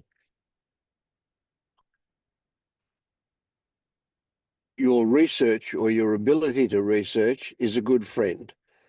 And so what you would do is you would look at what is appropriate for bone density, right? And we know, for example, that jumping makes bones stronger, and is good for bone density. Skipping, uh, or my sister-in-law, my daughter-in-law, when I was there yesterday, she bought a little machine that she's going to stand on, and it vibrates, and that's good for bone density. We also know that certain what do you call them? Calcium and various elements are good for bone density, right? So my wife has an injection once every 6 months for her bone density, right? So there are various things you can do to help that. but we're Right. It not. just gets complicated because everyone says opposite stuff. Like one doctor said to me, no, exercise doesn't help, only take this. Another person said that medicine will break your jaw and you can't take it with your other health stuff. So it's, it becomes very Yes, complex. It's not like it's, that's one right. and Yeah, done it's nothing thing. It could simplistic. take That's right. weeks and Yeah. months of research for me. But Yeah. Okay. But here's a big one, and this is something that I celebrated when Anand was talking to me earlier, and that is the time comes when you start to believe yourself. Right? So you take advice from a doctor, you take advice from the internet, you take advice from your research or whatever, right? But you make the decision. Now, nobody's going to say whether it's going to be the right decision or not, but it's the best decision that you can take. And that is yeah, one where you take, I was going to say the word responsibility, but I'll put it in inverted commas. You take responsibility for yourself. You do it. yeah. You don't just get pushed and pulled by everybody else's opinion. That's what I've been doing, which is why it takes so much research to get here. But Yeah, it can. Yeah. So is Uh, that valid to use my brain and do research and consult all the different chat GPTs and doctors and my own experience and like of course it just is. Yeah. do all this research? Yeah. But alongside that, there's some Hold it a bit important lighter. things. Sorry. Hold it a bit lighter because we all die anyway and like it all's just happening anyway. Absolutely. Hold it lightly. That's good. That's very good advice, that one. Yeah. You do what you can do. And as you it's important also that you don't hold some imaginary end result as the epitome and the end of it all. You just do what you can do, and that's it. So the doing of that, and I should put doing in inverted commas, I guess, that that stuff that happens is all you can do, and it will do that. So I went to the doctor a couple of weeks ago to get the result of a blood test and a urine analysis that happened, and she said, you're at a high risk of a heart attack and a stroke. Right, your cholesterol is really high, so I'm going to double your cholesterol tablets. Right. So what happened? Was I alarmed? No. Did I obsess over it in any way? No.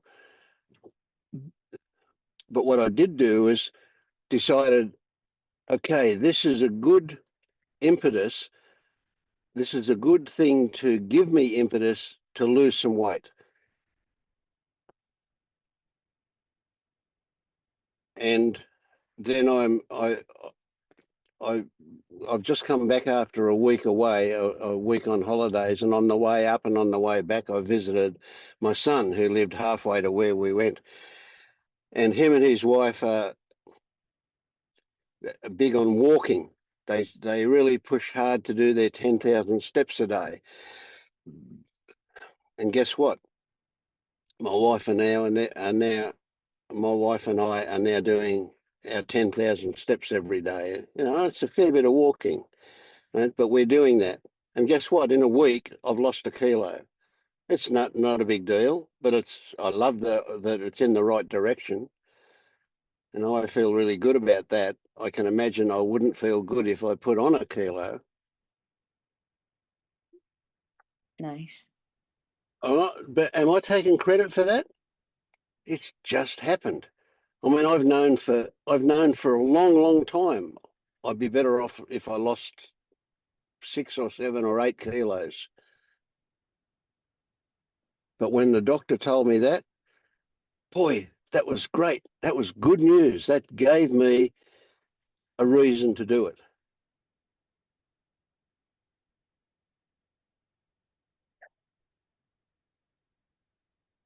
Yeah.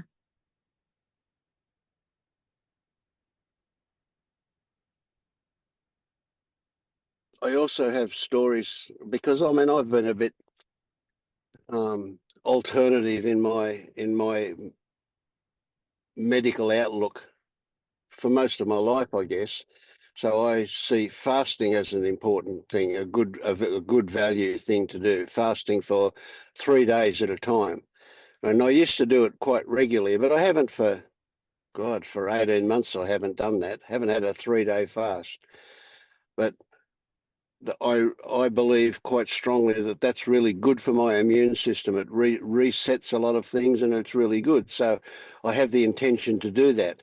Now, next Wednesday, this meeting will happen. I'll be in hospital. I'll be there to get an ablation of my esophagus, which is just a standard procedure I've been getting every 3 or 4 months. So I'm gonna do a 3-day fast leading up to that because it's good timing to do that. That's the intention. If I don't do it, I'm not going to beat myself up, but that's the intention. I'll do that. Right. I also believe that inflammation plays a big part in our health. And so what do we do to reduce inflammation? Well, we certainly, the first thing we do is reduce sugar levels. Right? And I don't have a lot of sugar in my diet, but I probably have a lot more than I realise because it's in things.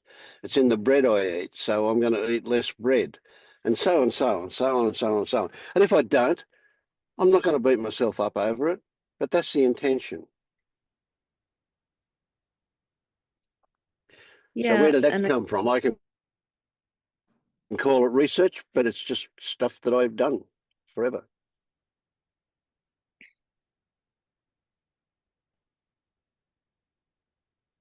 Hold it lightly. yeah. And I think also for me, it's about like, I've had a very strong belief my whole life that if I just try hard enough, everything is going to be healthy and well in my body and my brain. And that's really been my pursuit for the past couple decades. Yeah, And, yeah, yeah. That sounds like and a realizing that, setup to me. yeah, and realizing that, nope, your teeth are still going to this and your bones are still going to that and your mental stuff is still going to this. It's like, no, but I've been trying, like, what do you mean? What? So letting go of like, the hope that everything can be perfect if I try hard enough is a very big one. And that's again where I was caught of like, do I still have that belief? And am I still striving to, like, if I just try hard enough, my body can this and my health can that, and my relationships can this and my work can that, and life can still look a certain way if I try really, really hard. And realizing that I've tried so hard my entire life and still you're still going to age, your life is going to go how it's going, and constantly feeling like I'm failing because of that. And maybe not trying hard enough or not in the right way. So it's Mm, it's hard, but it's not hard to start to let go of that, and it's still a huge pull for that versus also mm. wanting to relax all of that. Yep. But then pain or diagnoses will arise that will lead again to this thinking, but you're saying that's okay to do research on and see what might fit my bones and whatever. But Yeah, I'm saying whatever happens is okay, but there's no such thing as not okay. pain, suffering, and stupidity and inefficiency are not okay. I don't know. That's a pretty Well, good description. pain and suffering I can relate to. Stupidity, I don't get that. That's just a stupid story. um, but yeah, yeah, Like, you have all this potential, you can do so much stuff, and yet you choose to overthink and suffer and do stupid things in your life. In other words, stupidity. Like, life could be blossoming and beautiful, but you're not choosing the right things. That's stupidity. That's my story about my life. But yeah, Do you yeah. know, Well, so I uh, I get it. Yeah, that is do you know, stupidity. Go on. Terry, I used to have a lot of people advising me. I mean, I could say I attracted this, but they'd say, Tim, with these talents you got, you could do X, Y, and Z. Why don't you? And I thought, yeah, why don't I? And some of them I started to pursue, but I realized that I didn't have what they call the right stuff, the full ingredients to do X that they told they said, "Oh, you'd be great at this." It's like when someone recommends a film. "Oh, I love this. You'll love this," because they think they know what you're like. They're well-meaning, but you think, how could they have thought that I'd like this? You know, and that, you know, life. And I said, it just unfolds. It's, you know, and you know, this idea that the universe. I'm going to use that word. I don't like the word teaching lessons. It sounds a bit like you're back to school, but we'll let you know stuff. So, like Vince, we used to be very heavily into alternative health, complementary medicine, that sort of thing, big time. And we used homeopathy with a lot of success, a lot. There was some dietary stuff. But then our first son. I missed your last sentence. Sorry. What was the last thing you heard? Okay. Did you say something dietary? Yeah, and dietary stuff, that sort of, all these alternative things.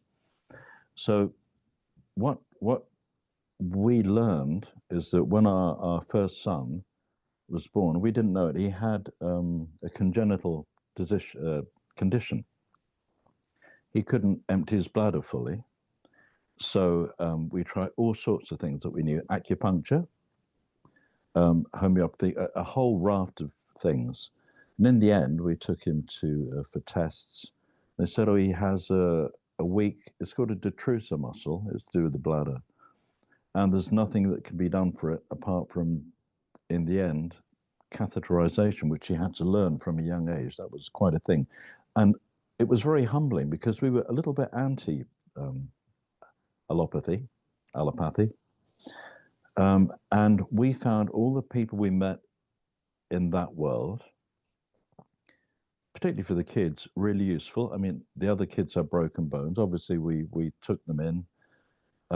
And it was a big kind of wake up for me to think, you don't know. Some people are really benefiting from these things and others aren't, because you hear about big pharma and that sort of thing, and unnecessary surgery. And yeah, and that goes on, false positives, whatever the thing is. But it's a question of, for me, of just having been open, not resisting anything, because it's, as Vince was saying, I think someone, it's all part of it, you know. It's not this or that. And the research thing, I used to I had a couple of friends. We'd all do these deep dives, and one, he's older than me. He's been deep diving for years. He said, "Tim, I found out the latest thing about X." I said, "Oh yeah." And at one point, I find it interesting. And he's also been into this stuff. You know, he's been into non-duality and stuff. But he's very unhappy because he says he's got this belief that, yeah, it works for other people, Tim, but in my case, you know, and that loop is going round. So he's looking at things like things that will ameliorate his condition, like sound frequencies, which can help. You know, all these things can help. What am I saying? I don't know. What it comes down to is that none of this has been to do with me. These are things that have unfolded and have been part of what I've gone through. And your experience will be different. Everyone's is different. But rewinding a bit to this drive, like from a young age, that there's something. This what's wrong with this picture. You know, why are all these people doing these mad things? There must be something more. I think you've indicated that you did have this at a young age, didn't you? Like Vince was saying. Did you not? Yeah, I've been wondering Yeah. what's going on here. Yeah. So this is the weirdo meeting and all that sort of thing. And I never fitted in. I used to fake it all the time. I used to invent things, like when people said, "What do you do?" Just to be included. So I'd embellish my story. Where are you from? Oh, I'm part French. I was like a Walter Mitty. It was really weird when I was in my teens, because it was just mad looking back. It really, sorry, this is going into story stuff, but what was it? Yeah, the drive, that was always there. Didn't fit in. People found me weird or entertaining. Like someone you'd bring on I don't know, circus or party. So yeah, and then there were all the groups I joined that seemed to halfway have something that this sort of thing has, hoping against hope that I could feel like I belonged there, but didn't, because I had to embrace something that I wasn't 100% comfortable with, but it was close. And that, again, that was, oh, I'm an outsider again, you know. But this, whatever this is great, because it just is where I'm at. I can be me, whatever that whatever that means, on the day, whatever's going on or not. It just doesn't matter. It's very liberal. Anyway, shut up now.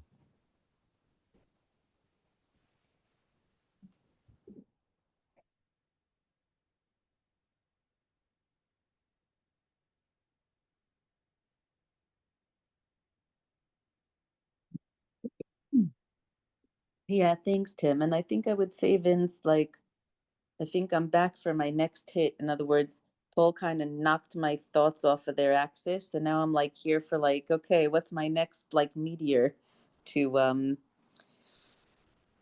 help me not, go back into habit and get back into orbit of the usual praised thoughts. So Yeah. Well, it's I call it a stage of integration. And so what we're now going to experience, and do you get that I'm saying I imagine that a shift has occurred for you, right? And what we're now going to experience is the old stuff seeming to try to reassert itself, and from time to time it will appear again. And now, however we talk about it, we can only talk about it in story. So we gonna talk about it like it's got some life of its own, where we're going to say it wants to come back. Well, yeah, of course, that's just a metaphor, right? The reality is that habits will seem to try to reassert themselves. So we've got this stage where now we've got the nervous system catching up with what we know. mm. And when I say what we know, we don't know what, and we don't know no. But you get what I mean, that there is a synchronization that's taking place or will take place. And so it's reasonable that you will experience the old way, but you will also experience the new way of reacting to that old way at some point. Maybe not instantly in the beginning. Maybe it'll take a little while before that kicks in, but the new way will go, oh, okay, they're just thoughts, right? I don't have to bow down to them. I don't have to obey them. They're just thoughts that turned up, right? And then after a little while of that, you won't even think about it anymore. It'll just be different. Won't happen, or there'll be an automatic response to it when it does happen. So this stage of integration, and the way I put it, and it's another story, is that the nervous system is going to catch up with what you now know. Right? So you've seen, thank you, Paul, you've seen the nature of thoughts.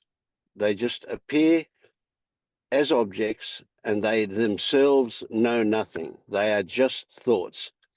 Now, another way to look at that that's really, really good value is that they're just the same as you being touched on the neck by a mosquito or touched on the cheek by a breeze when you go outside, right? You've got a sensory input of touch, if it's a breeze or a mosquito, or you go outside and you hear a bird sing.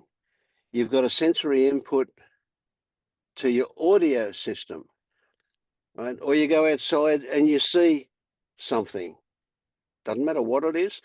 You've got a sensory input to your visual system, right? These are all parts of the brain, right? So now again, this is just a story. We've got the parts of the brain that respond to sight. We've got parts of the brain that respond to sound. We've got parts of the brain that respond to touch, and we've got a part of the brain that responds to thought.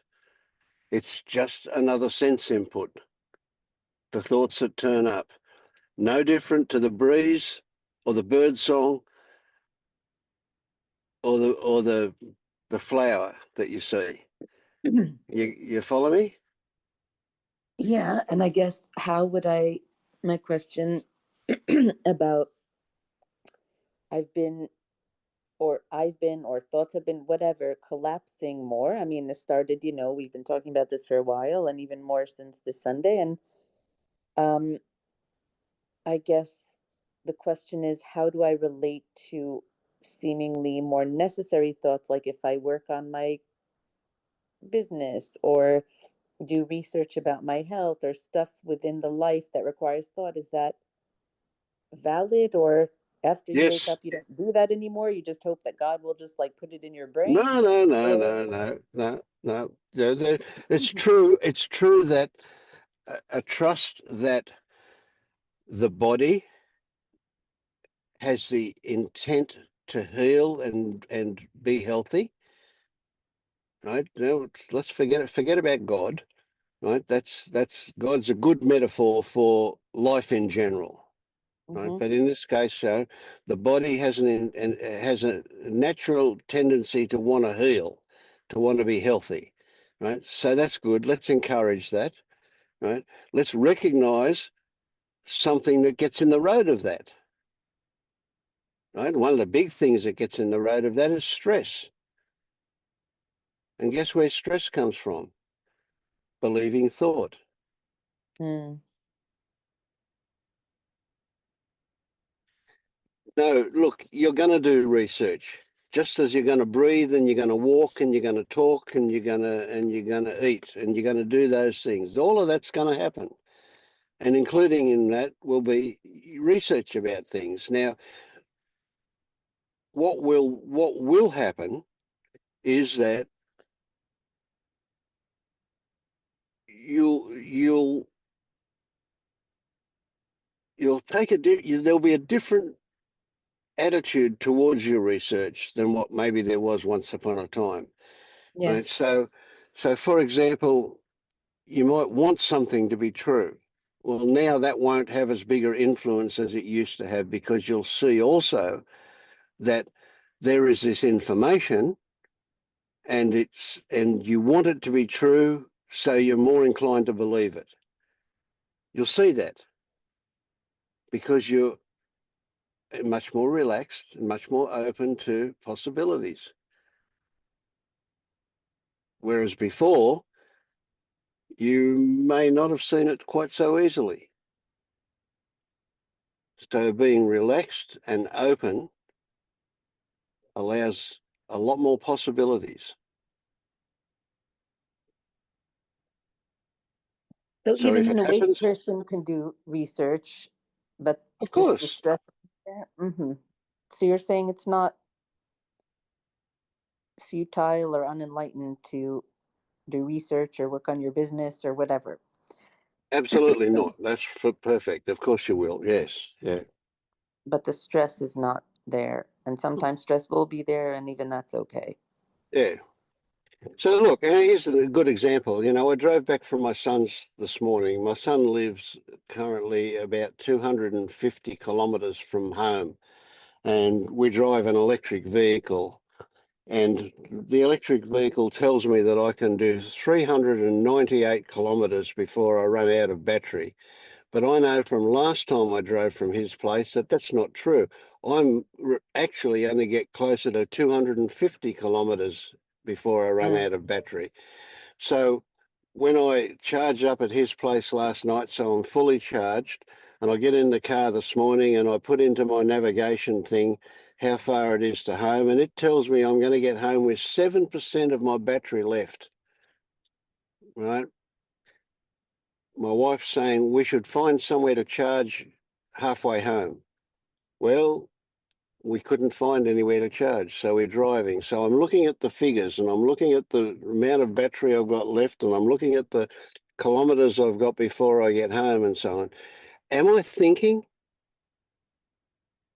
You see, I'm doing this stuff. I'm looking and I'm calculating, and I'm saying to my wife, yeah, we've got enough. It's going to be close, but I think we'll get home. But maybe I could get it wrong, you know. Maybe who knows what happens? Maybe the headwind that I'm driving into is going to use more battery. And so I don't actually, you know, I have no idea whether I get. As it turned out, I got home with 11% of my battery left. Right? Now, we could describe what happened as me thinking and me believing my thoughts. But that's really just a description. That's not what was actually happening. What was actually happening was I was looking at how much battery the car told me I had left. I was looking at what distance the navigation software told me I had to get here. So there were calculations going on. But to say I was thinking is just a way of describing that process. Was I actually thinking? Or was I taking, was it, you could call it research. Was I doing research? Right? What I was doing was taking a whole lot of things into account that the information I was there was not giving me. And that was based on previous experience. I had the last time I did that same trip, I had that information under my belt. So I knew we could make it, even though it was close from last time. But that doesn't mean that I know what's going to happen this time. It's just an indication. Mhm. Was I worried? What would happen if I ran out? At one, at one point, I had the thought, if the very worst thing happens, if I run out of battery,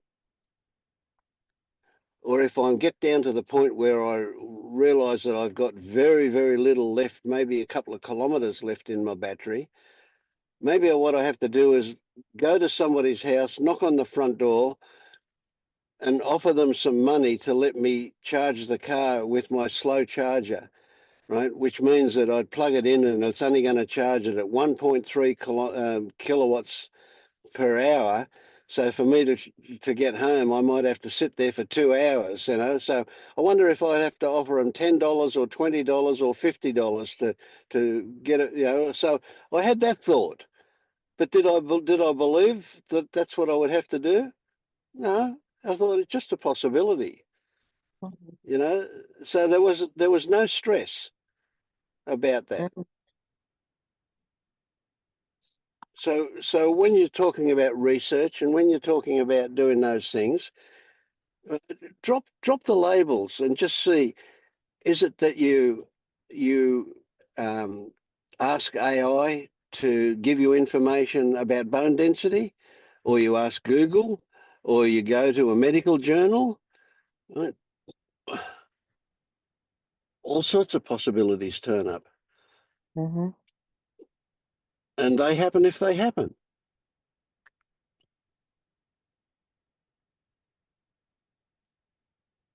So maybe we're at a point now where we can consider things we do as things we do, not what we call them. Because when we relate to what we call them, it's not actually what we do. It's like when we label something, it's not the thing, it's just what we describe it as, the label. So here's the thing. You're at a point now, because of this shift that's happened for you, where you can look underneath the labels, you can look underneath the description, you can look underneath the metaphor that you call thought and see what is actually going on, what is actually happening. Right? So we no longer call it research because that's a label. What will happen is there'll be an inquiry made and information will turn up. Now, how much we believe that information, whether we continue to inquire further after that, all of that stuff is what happens. And it's just what happens. Did we make it happen? No, that's just a way of describing what happened. I did it. I asked Google. Mm-hmm. But that's just a description of what actually happened. What actually happened was a thought turned up that had a question mark at the end of it. I picked up my phone, my computer, my tablet. I clicked on the icon that said Google or Perplexity or Gemini or whatever particular icon that is in front of you. And I clicked on the thing that said enable dictation and I spoke.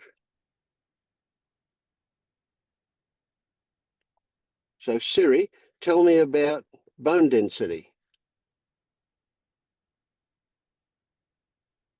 And then I evaluate what turns up. Does that sound reasonable? Or is it coming from some conspiracy theory? Or what? It's just what happens.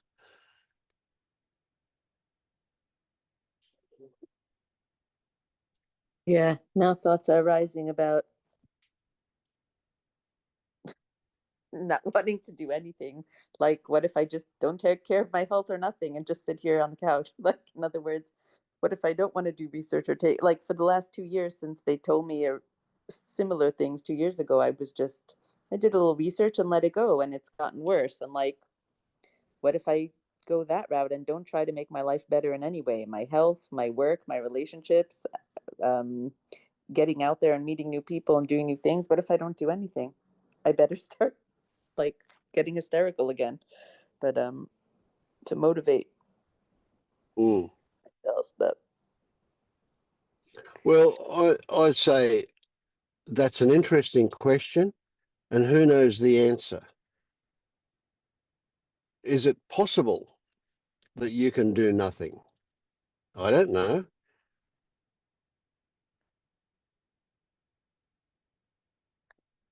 and If will that if cause suffering later in life if I don't take myself in hand and do anything with my health, my relationships, now, do my you work? get this? Here's the thing. I'm interrupting you, but do you get this? There's a certain flavour to that that shouts out inappropriate. That that that what if, that thought, that speculation cannot lead to anything positive.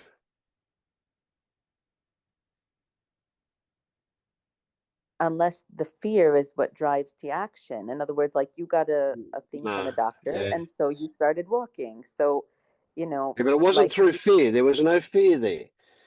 It Mhm. was a pretty logical conclusion that said it's reasonable that if I get fitter, that I'll be healthier. There was no, oh, I better do it all. Dot Mhm. dot. Mhm. Oh, look, I'm gonna die. There's no doubt about it. I'm gonna die, Yeah. and I'm gonna die what I would describe as relatively soon. At 78 years old, how many years have I got left?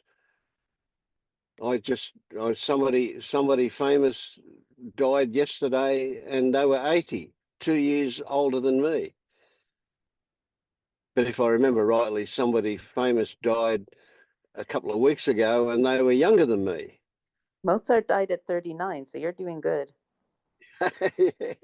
Well, my dad was And only here's Schubert, 72 when so he died. I'm older than he was. But yeah, so look, I'm going to die, and I don't know whether I've got 1 year, 5 years, 10 years, maybe 20 years. 20 years, would I be 98? Yeah, well, it's possible. You know, my mum was 88 when she died, so I've got pretty good genes, I suppose, in that sense. My dad died through an illness that was inflicted on him by his job, you know, because he had stuffed lungs from breathing all sorts of things at the factory that he worked at. But so who knows? You know, I don't. What I'm saying is, I don't know. And even if I say I've got 20 years left, at my age, I know, you know, my experience is that 20 years goes by in a snap of a finger. You know, it's as quick as anything. So it's going to be soon, whether it's 2 years or 20 years. I'm going to die. I'm not worried about that because I know there's no escape from it. I hope that it's relatively painless or completely painless. I hope it's completely painless. I hope I do. My father-in-law used to say, well, I hope I wake up dead. Well, that would be a good way to go, wouldn't it? So if I die in my sleep, that'd be perfect. Now, whether it's tomorrow or the next day, I'm not going to know, and I don't really care. And I'm certainly not going to care when I'm dead, am I? Well, I don't think I am. I have no idea what's going to happen then, but I don't imagine I will. You don't think we continue? A lot of people say we continue on, and I'm like, how? We're dead. They're like, no, of course we could never die because we're awareness or we're the soul or something. Yeah. Well, you know, to me, it's really obvious that we cannot know. I don't Mm-hmm. know. Mm-hmm. Clear as anything, I don't know and I can't know. Nobody's ever come back and given a report, have they? So, you know, Yeah. why would I worry about it? I guess for me, it's not so much about death, it's about pain of the rest of my life. That's Sure. really Yeah. Yeah. the pain And of not he, living up to potential, but merely the physical and mental pain that I've yeah, gone I through. get How do that. I not Yeah. go into that? But you know what? I've known of people who have had intense pain and they've had to live with it for a long time, and they are really beautiful people. I know people who have that their not just discomfort, their sheer physical pain has turned not well has been a part of them becoming a really great, beautiful person. So who knows what could happen as a result of it?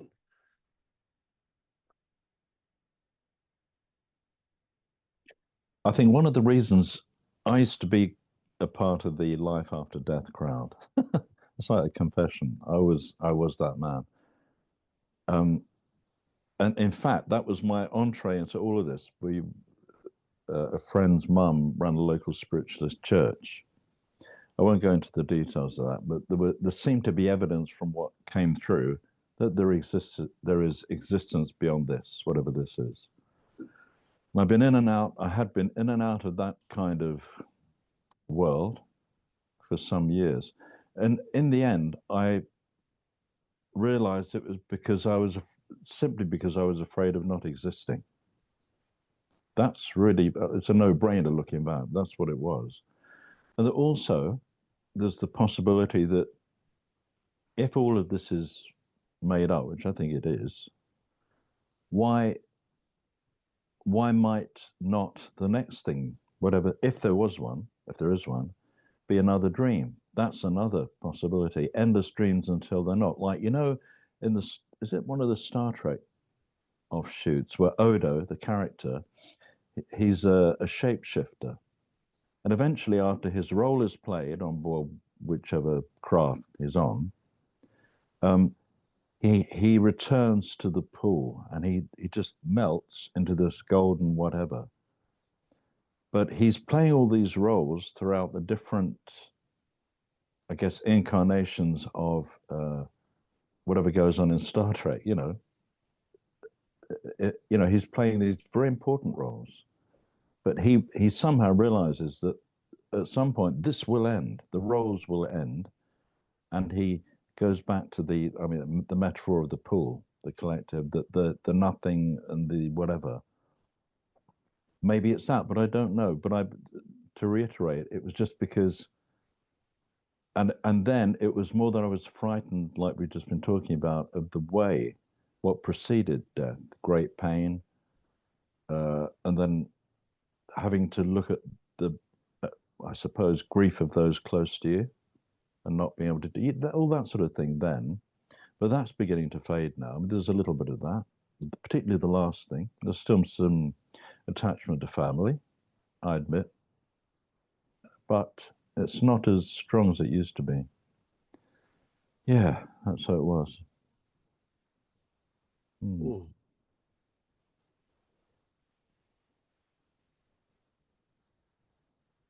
This is why, this thing you say, Vince, and others say about this is becoming more human in many ways, or fully. And I think Jeb McKenna was quite big on that, becoming a fully, I don't know what term he used, like the adult, an integrated adult human or adult, something. Yeah, human adult, yeah. In fact, that rings more true now than anything else. And I'll email you rather than take up time here. There's a book out by a Jed fan who's remaining anonymous, which actually not only links into his model, if you like, but into the one you were talking about recently with AI. Are we the same? Your recent Substack. It all linked in. I thought of you. I'll send you the link to the book. It's really good. It's a novel, but yeah. And sorry, my son's just come down for breakfast. Yeah, and a couple of other things quickly. There've been some synchronicities. I sent you that thing when you posted the AI music. Yeah. And the same day that had happened, then the next day, or the day after, you just posted I don't know what you just called it, the salient points about the whole thing that your book or what's behind this all is, like the kind of stages or bullet points. I can't remember what it was. And I asked the Vince Bot a similar thing. I probably, my prompt would have been slightly different. And it gave me what it called a curriculum. A bit like you get in, like a cross between the awakening curriculum, whatever it's called, awareness, awakening, and LU, like a blend. And it was just fucking amazing. It was just, then it said, what tone do you want this to be in? Do you want it to be poetic or matter of fact? It was great. And said, do you want to do class? I said, not necessarily, but if I did, do you want a script and write? Yeah, maybe. And it's like a whole package. Whether I do anything with it or not, it was just great. I don't feel that I should or shouldn't. It's there. And I thought, this is mind-blowing. It's just absolutely mind-blowing. Anyway, that's my 20 good stuff. Yeah, there we are. Yeah, I'm having so much fun with it, and I feel creative, even though AI is doing all this work. It's just I just love it. Yeah. So I was just being offered a cup of tea. Yeah, I thought about this. You get these purists who say, yeah, like particularly with music, because I know quite a few musicians, having been or being one over the years, and they're very, very polarized about their views regarding AI. Some are completely anti. Particularly with copyright. And I said, look, what if someone cloned my voice? People bang on about my voice. I think it'd be great. Why not? I don't feel any longer any ownership of that. I thought if anyone can benefit, great. Why the hell not? It's crazy to think that I had anything to do with anything in that way at all, or anyway. And they're saying, yeah, but it's like the soul, man. It's the emotion. I say, yeah, but if you really look at that, I was thinking about some early classical piece I heard. A friend, Sir Edward Elgar, Nimrod, if you need a reference. And why, I don't know why I was moved with that. I was in the kitchen with my mum. I was probably about 12. The radio was on. Whatever Radio 3 Classical was called then. And this came on, and it was just so moving, and I don't know why. Strings do it for me, harmony, the whole lot. But for someone else, they wouldn't have had that experience, and it was to do with It's the context. It's a snapshot of the old radio, by the window, her washing up, whatever, me sitting there. The connection with my mum could be a million things, It's all so subjective. I mean, Absolutely, yes. so the emotion thing, I don't know. I don't know. I'm going to reread your AI as human. I sent it to a friend who studied in uni. He did AI. And I met him when I was doing Yoga Nidra, and I sent him your thing, and he put it, typically him, he put it through 4 different LLMs, including Grok. And I just saw on the call, he'd sent them back, said, yeah, and I put it through this. So after the call, I'm going to go through his feeding in to the other models. And that'll be I can take I don't know if I'll go shopping first for a break, I think. But yeah, but I love it. I think it's a great tool. I think it's revolutionary beyond measure. Yeah. I am having a lot of fun, and it's and you know It's what? fun. Some of the things that it comes up with just bring tears to my eyes. I can just be overwhelmed with emotion reading some of the stuff that it comes up with. It's just so good. Yeah. So relevant. Yeah. Yeah. Yeah. Whew. Yeah.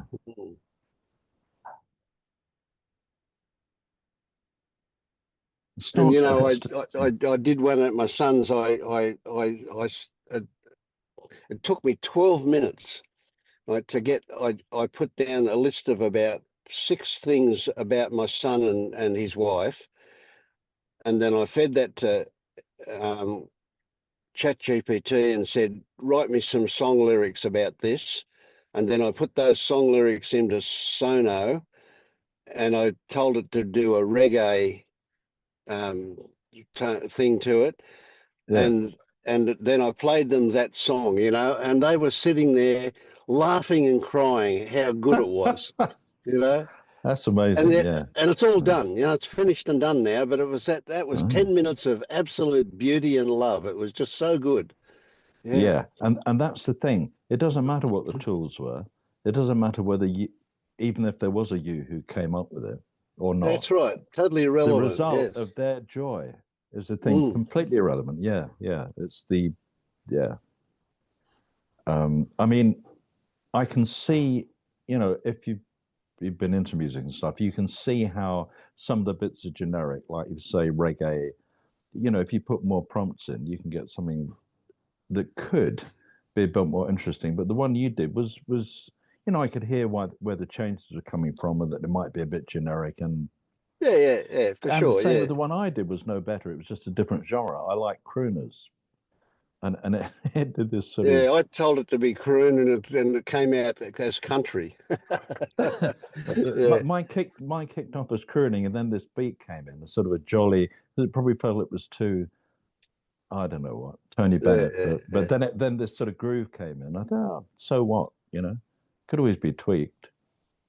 I was going to shell out for the non-free, but I'm not sure yet. Anyway, we're digressing. Those who tune into the call, well, they might be into AI. I don't know. Stuff. Yeah, we'll see what happens anyway. Yeah. So is any of that relevant for you, Timmy, or is it all just me and Tim riffing on something else? I just, it's just fun to listen to you guys. Yeah, I'm gonna have to sign off, but any last words, Vince, for me to take with me so I don't get into my orbit or just hold things lightly? Or Tammy, I love you. oh, thank you, Vince. Yeah, so do I. Yeah. And whatever it means, that's in the end what it comes down to. We won't go into definitions. That there is something. It's that the Beatles nailed it. All these people nailed it. Corny as it sounds, it's this. It's such. It's heart. Whatever the labels kind of ruin it. But yeah, I love you too. Isn't that a story though, or do you guys believe in love? I don't believe in love. I feel something that is immeasurable and that can't be explained. And I call it love, but Yeah. that's hackneyed, like the spirituality word. All these things become distorted, but yeah. Yeah. So when I said it, Cammy, it wasn't from the head. It wasn't about a story. I was describing a feeling that I have. Yeah. Just that a wonderful warmth. That's it. Yeah. At a sensation level, it's in the chest. And it was a bit in the belly as well. And it was just oh man, if you were here, I'd give you a hug. That's what it would be like, you know? Yeah. Yeah. Yeah. Yeah. And that's synchronicity because it's time for me to go as well. So there you go. Me too. Perfect. Okay. Have a good Thank one. you. Thanks so Thank you. much. Thank you. Thank you. See you soon. Yeah. Thank you, everyone. Bye.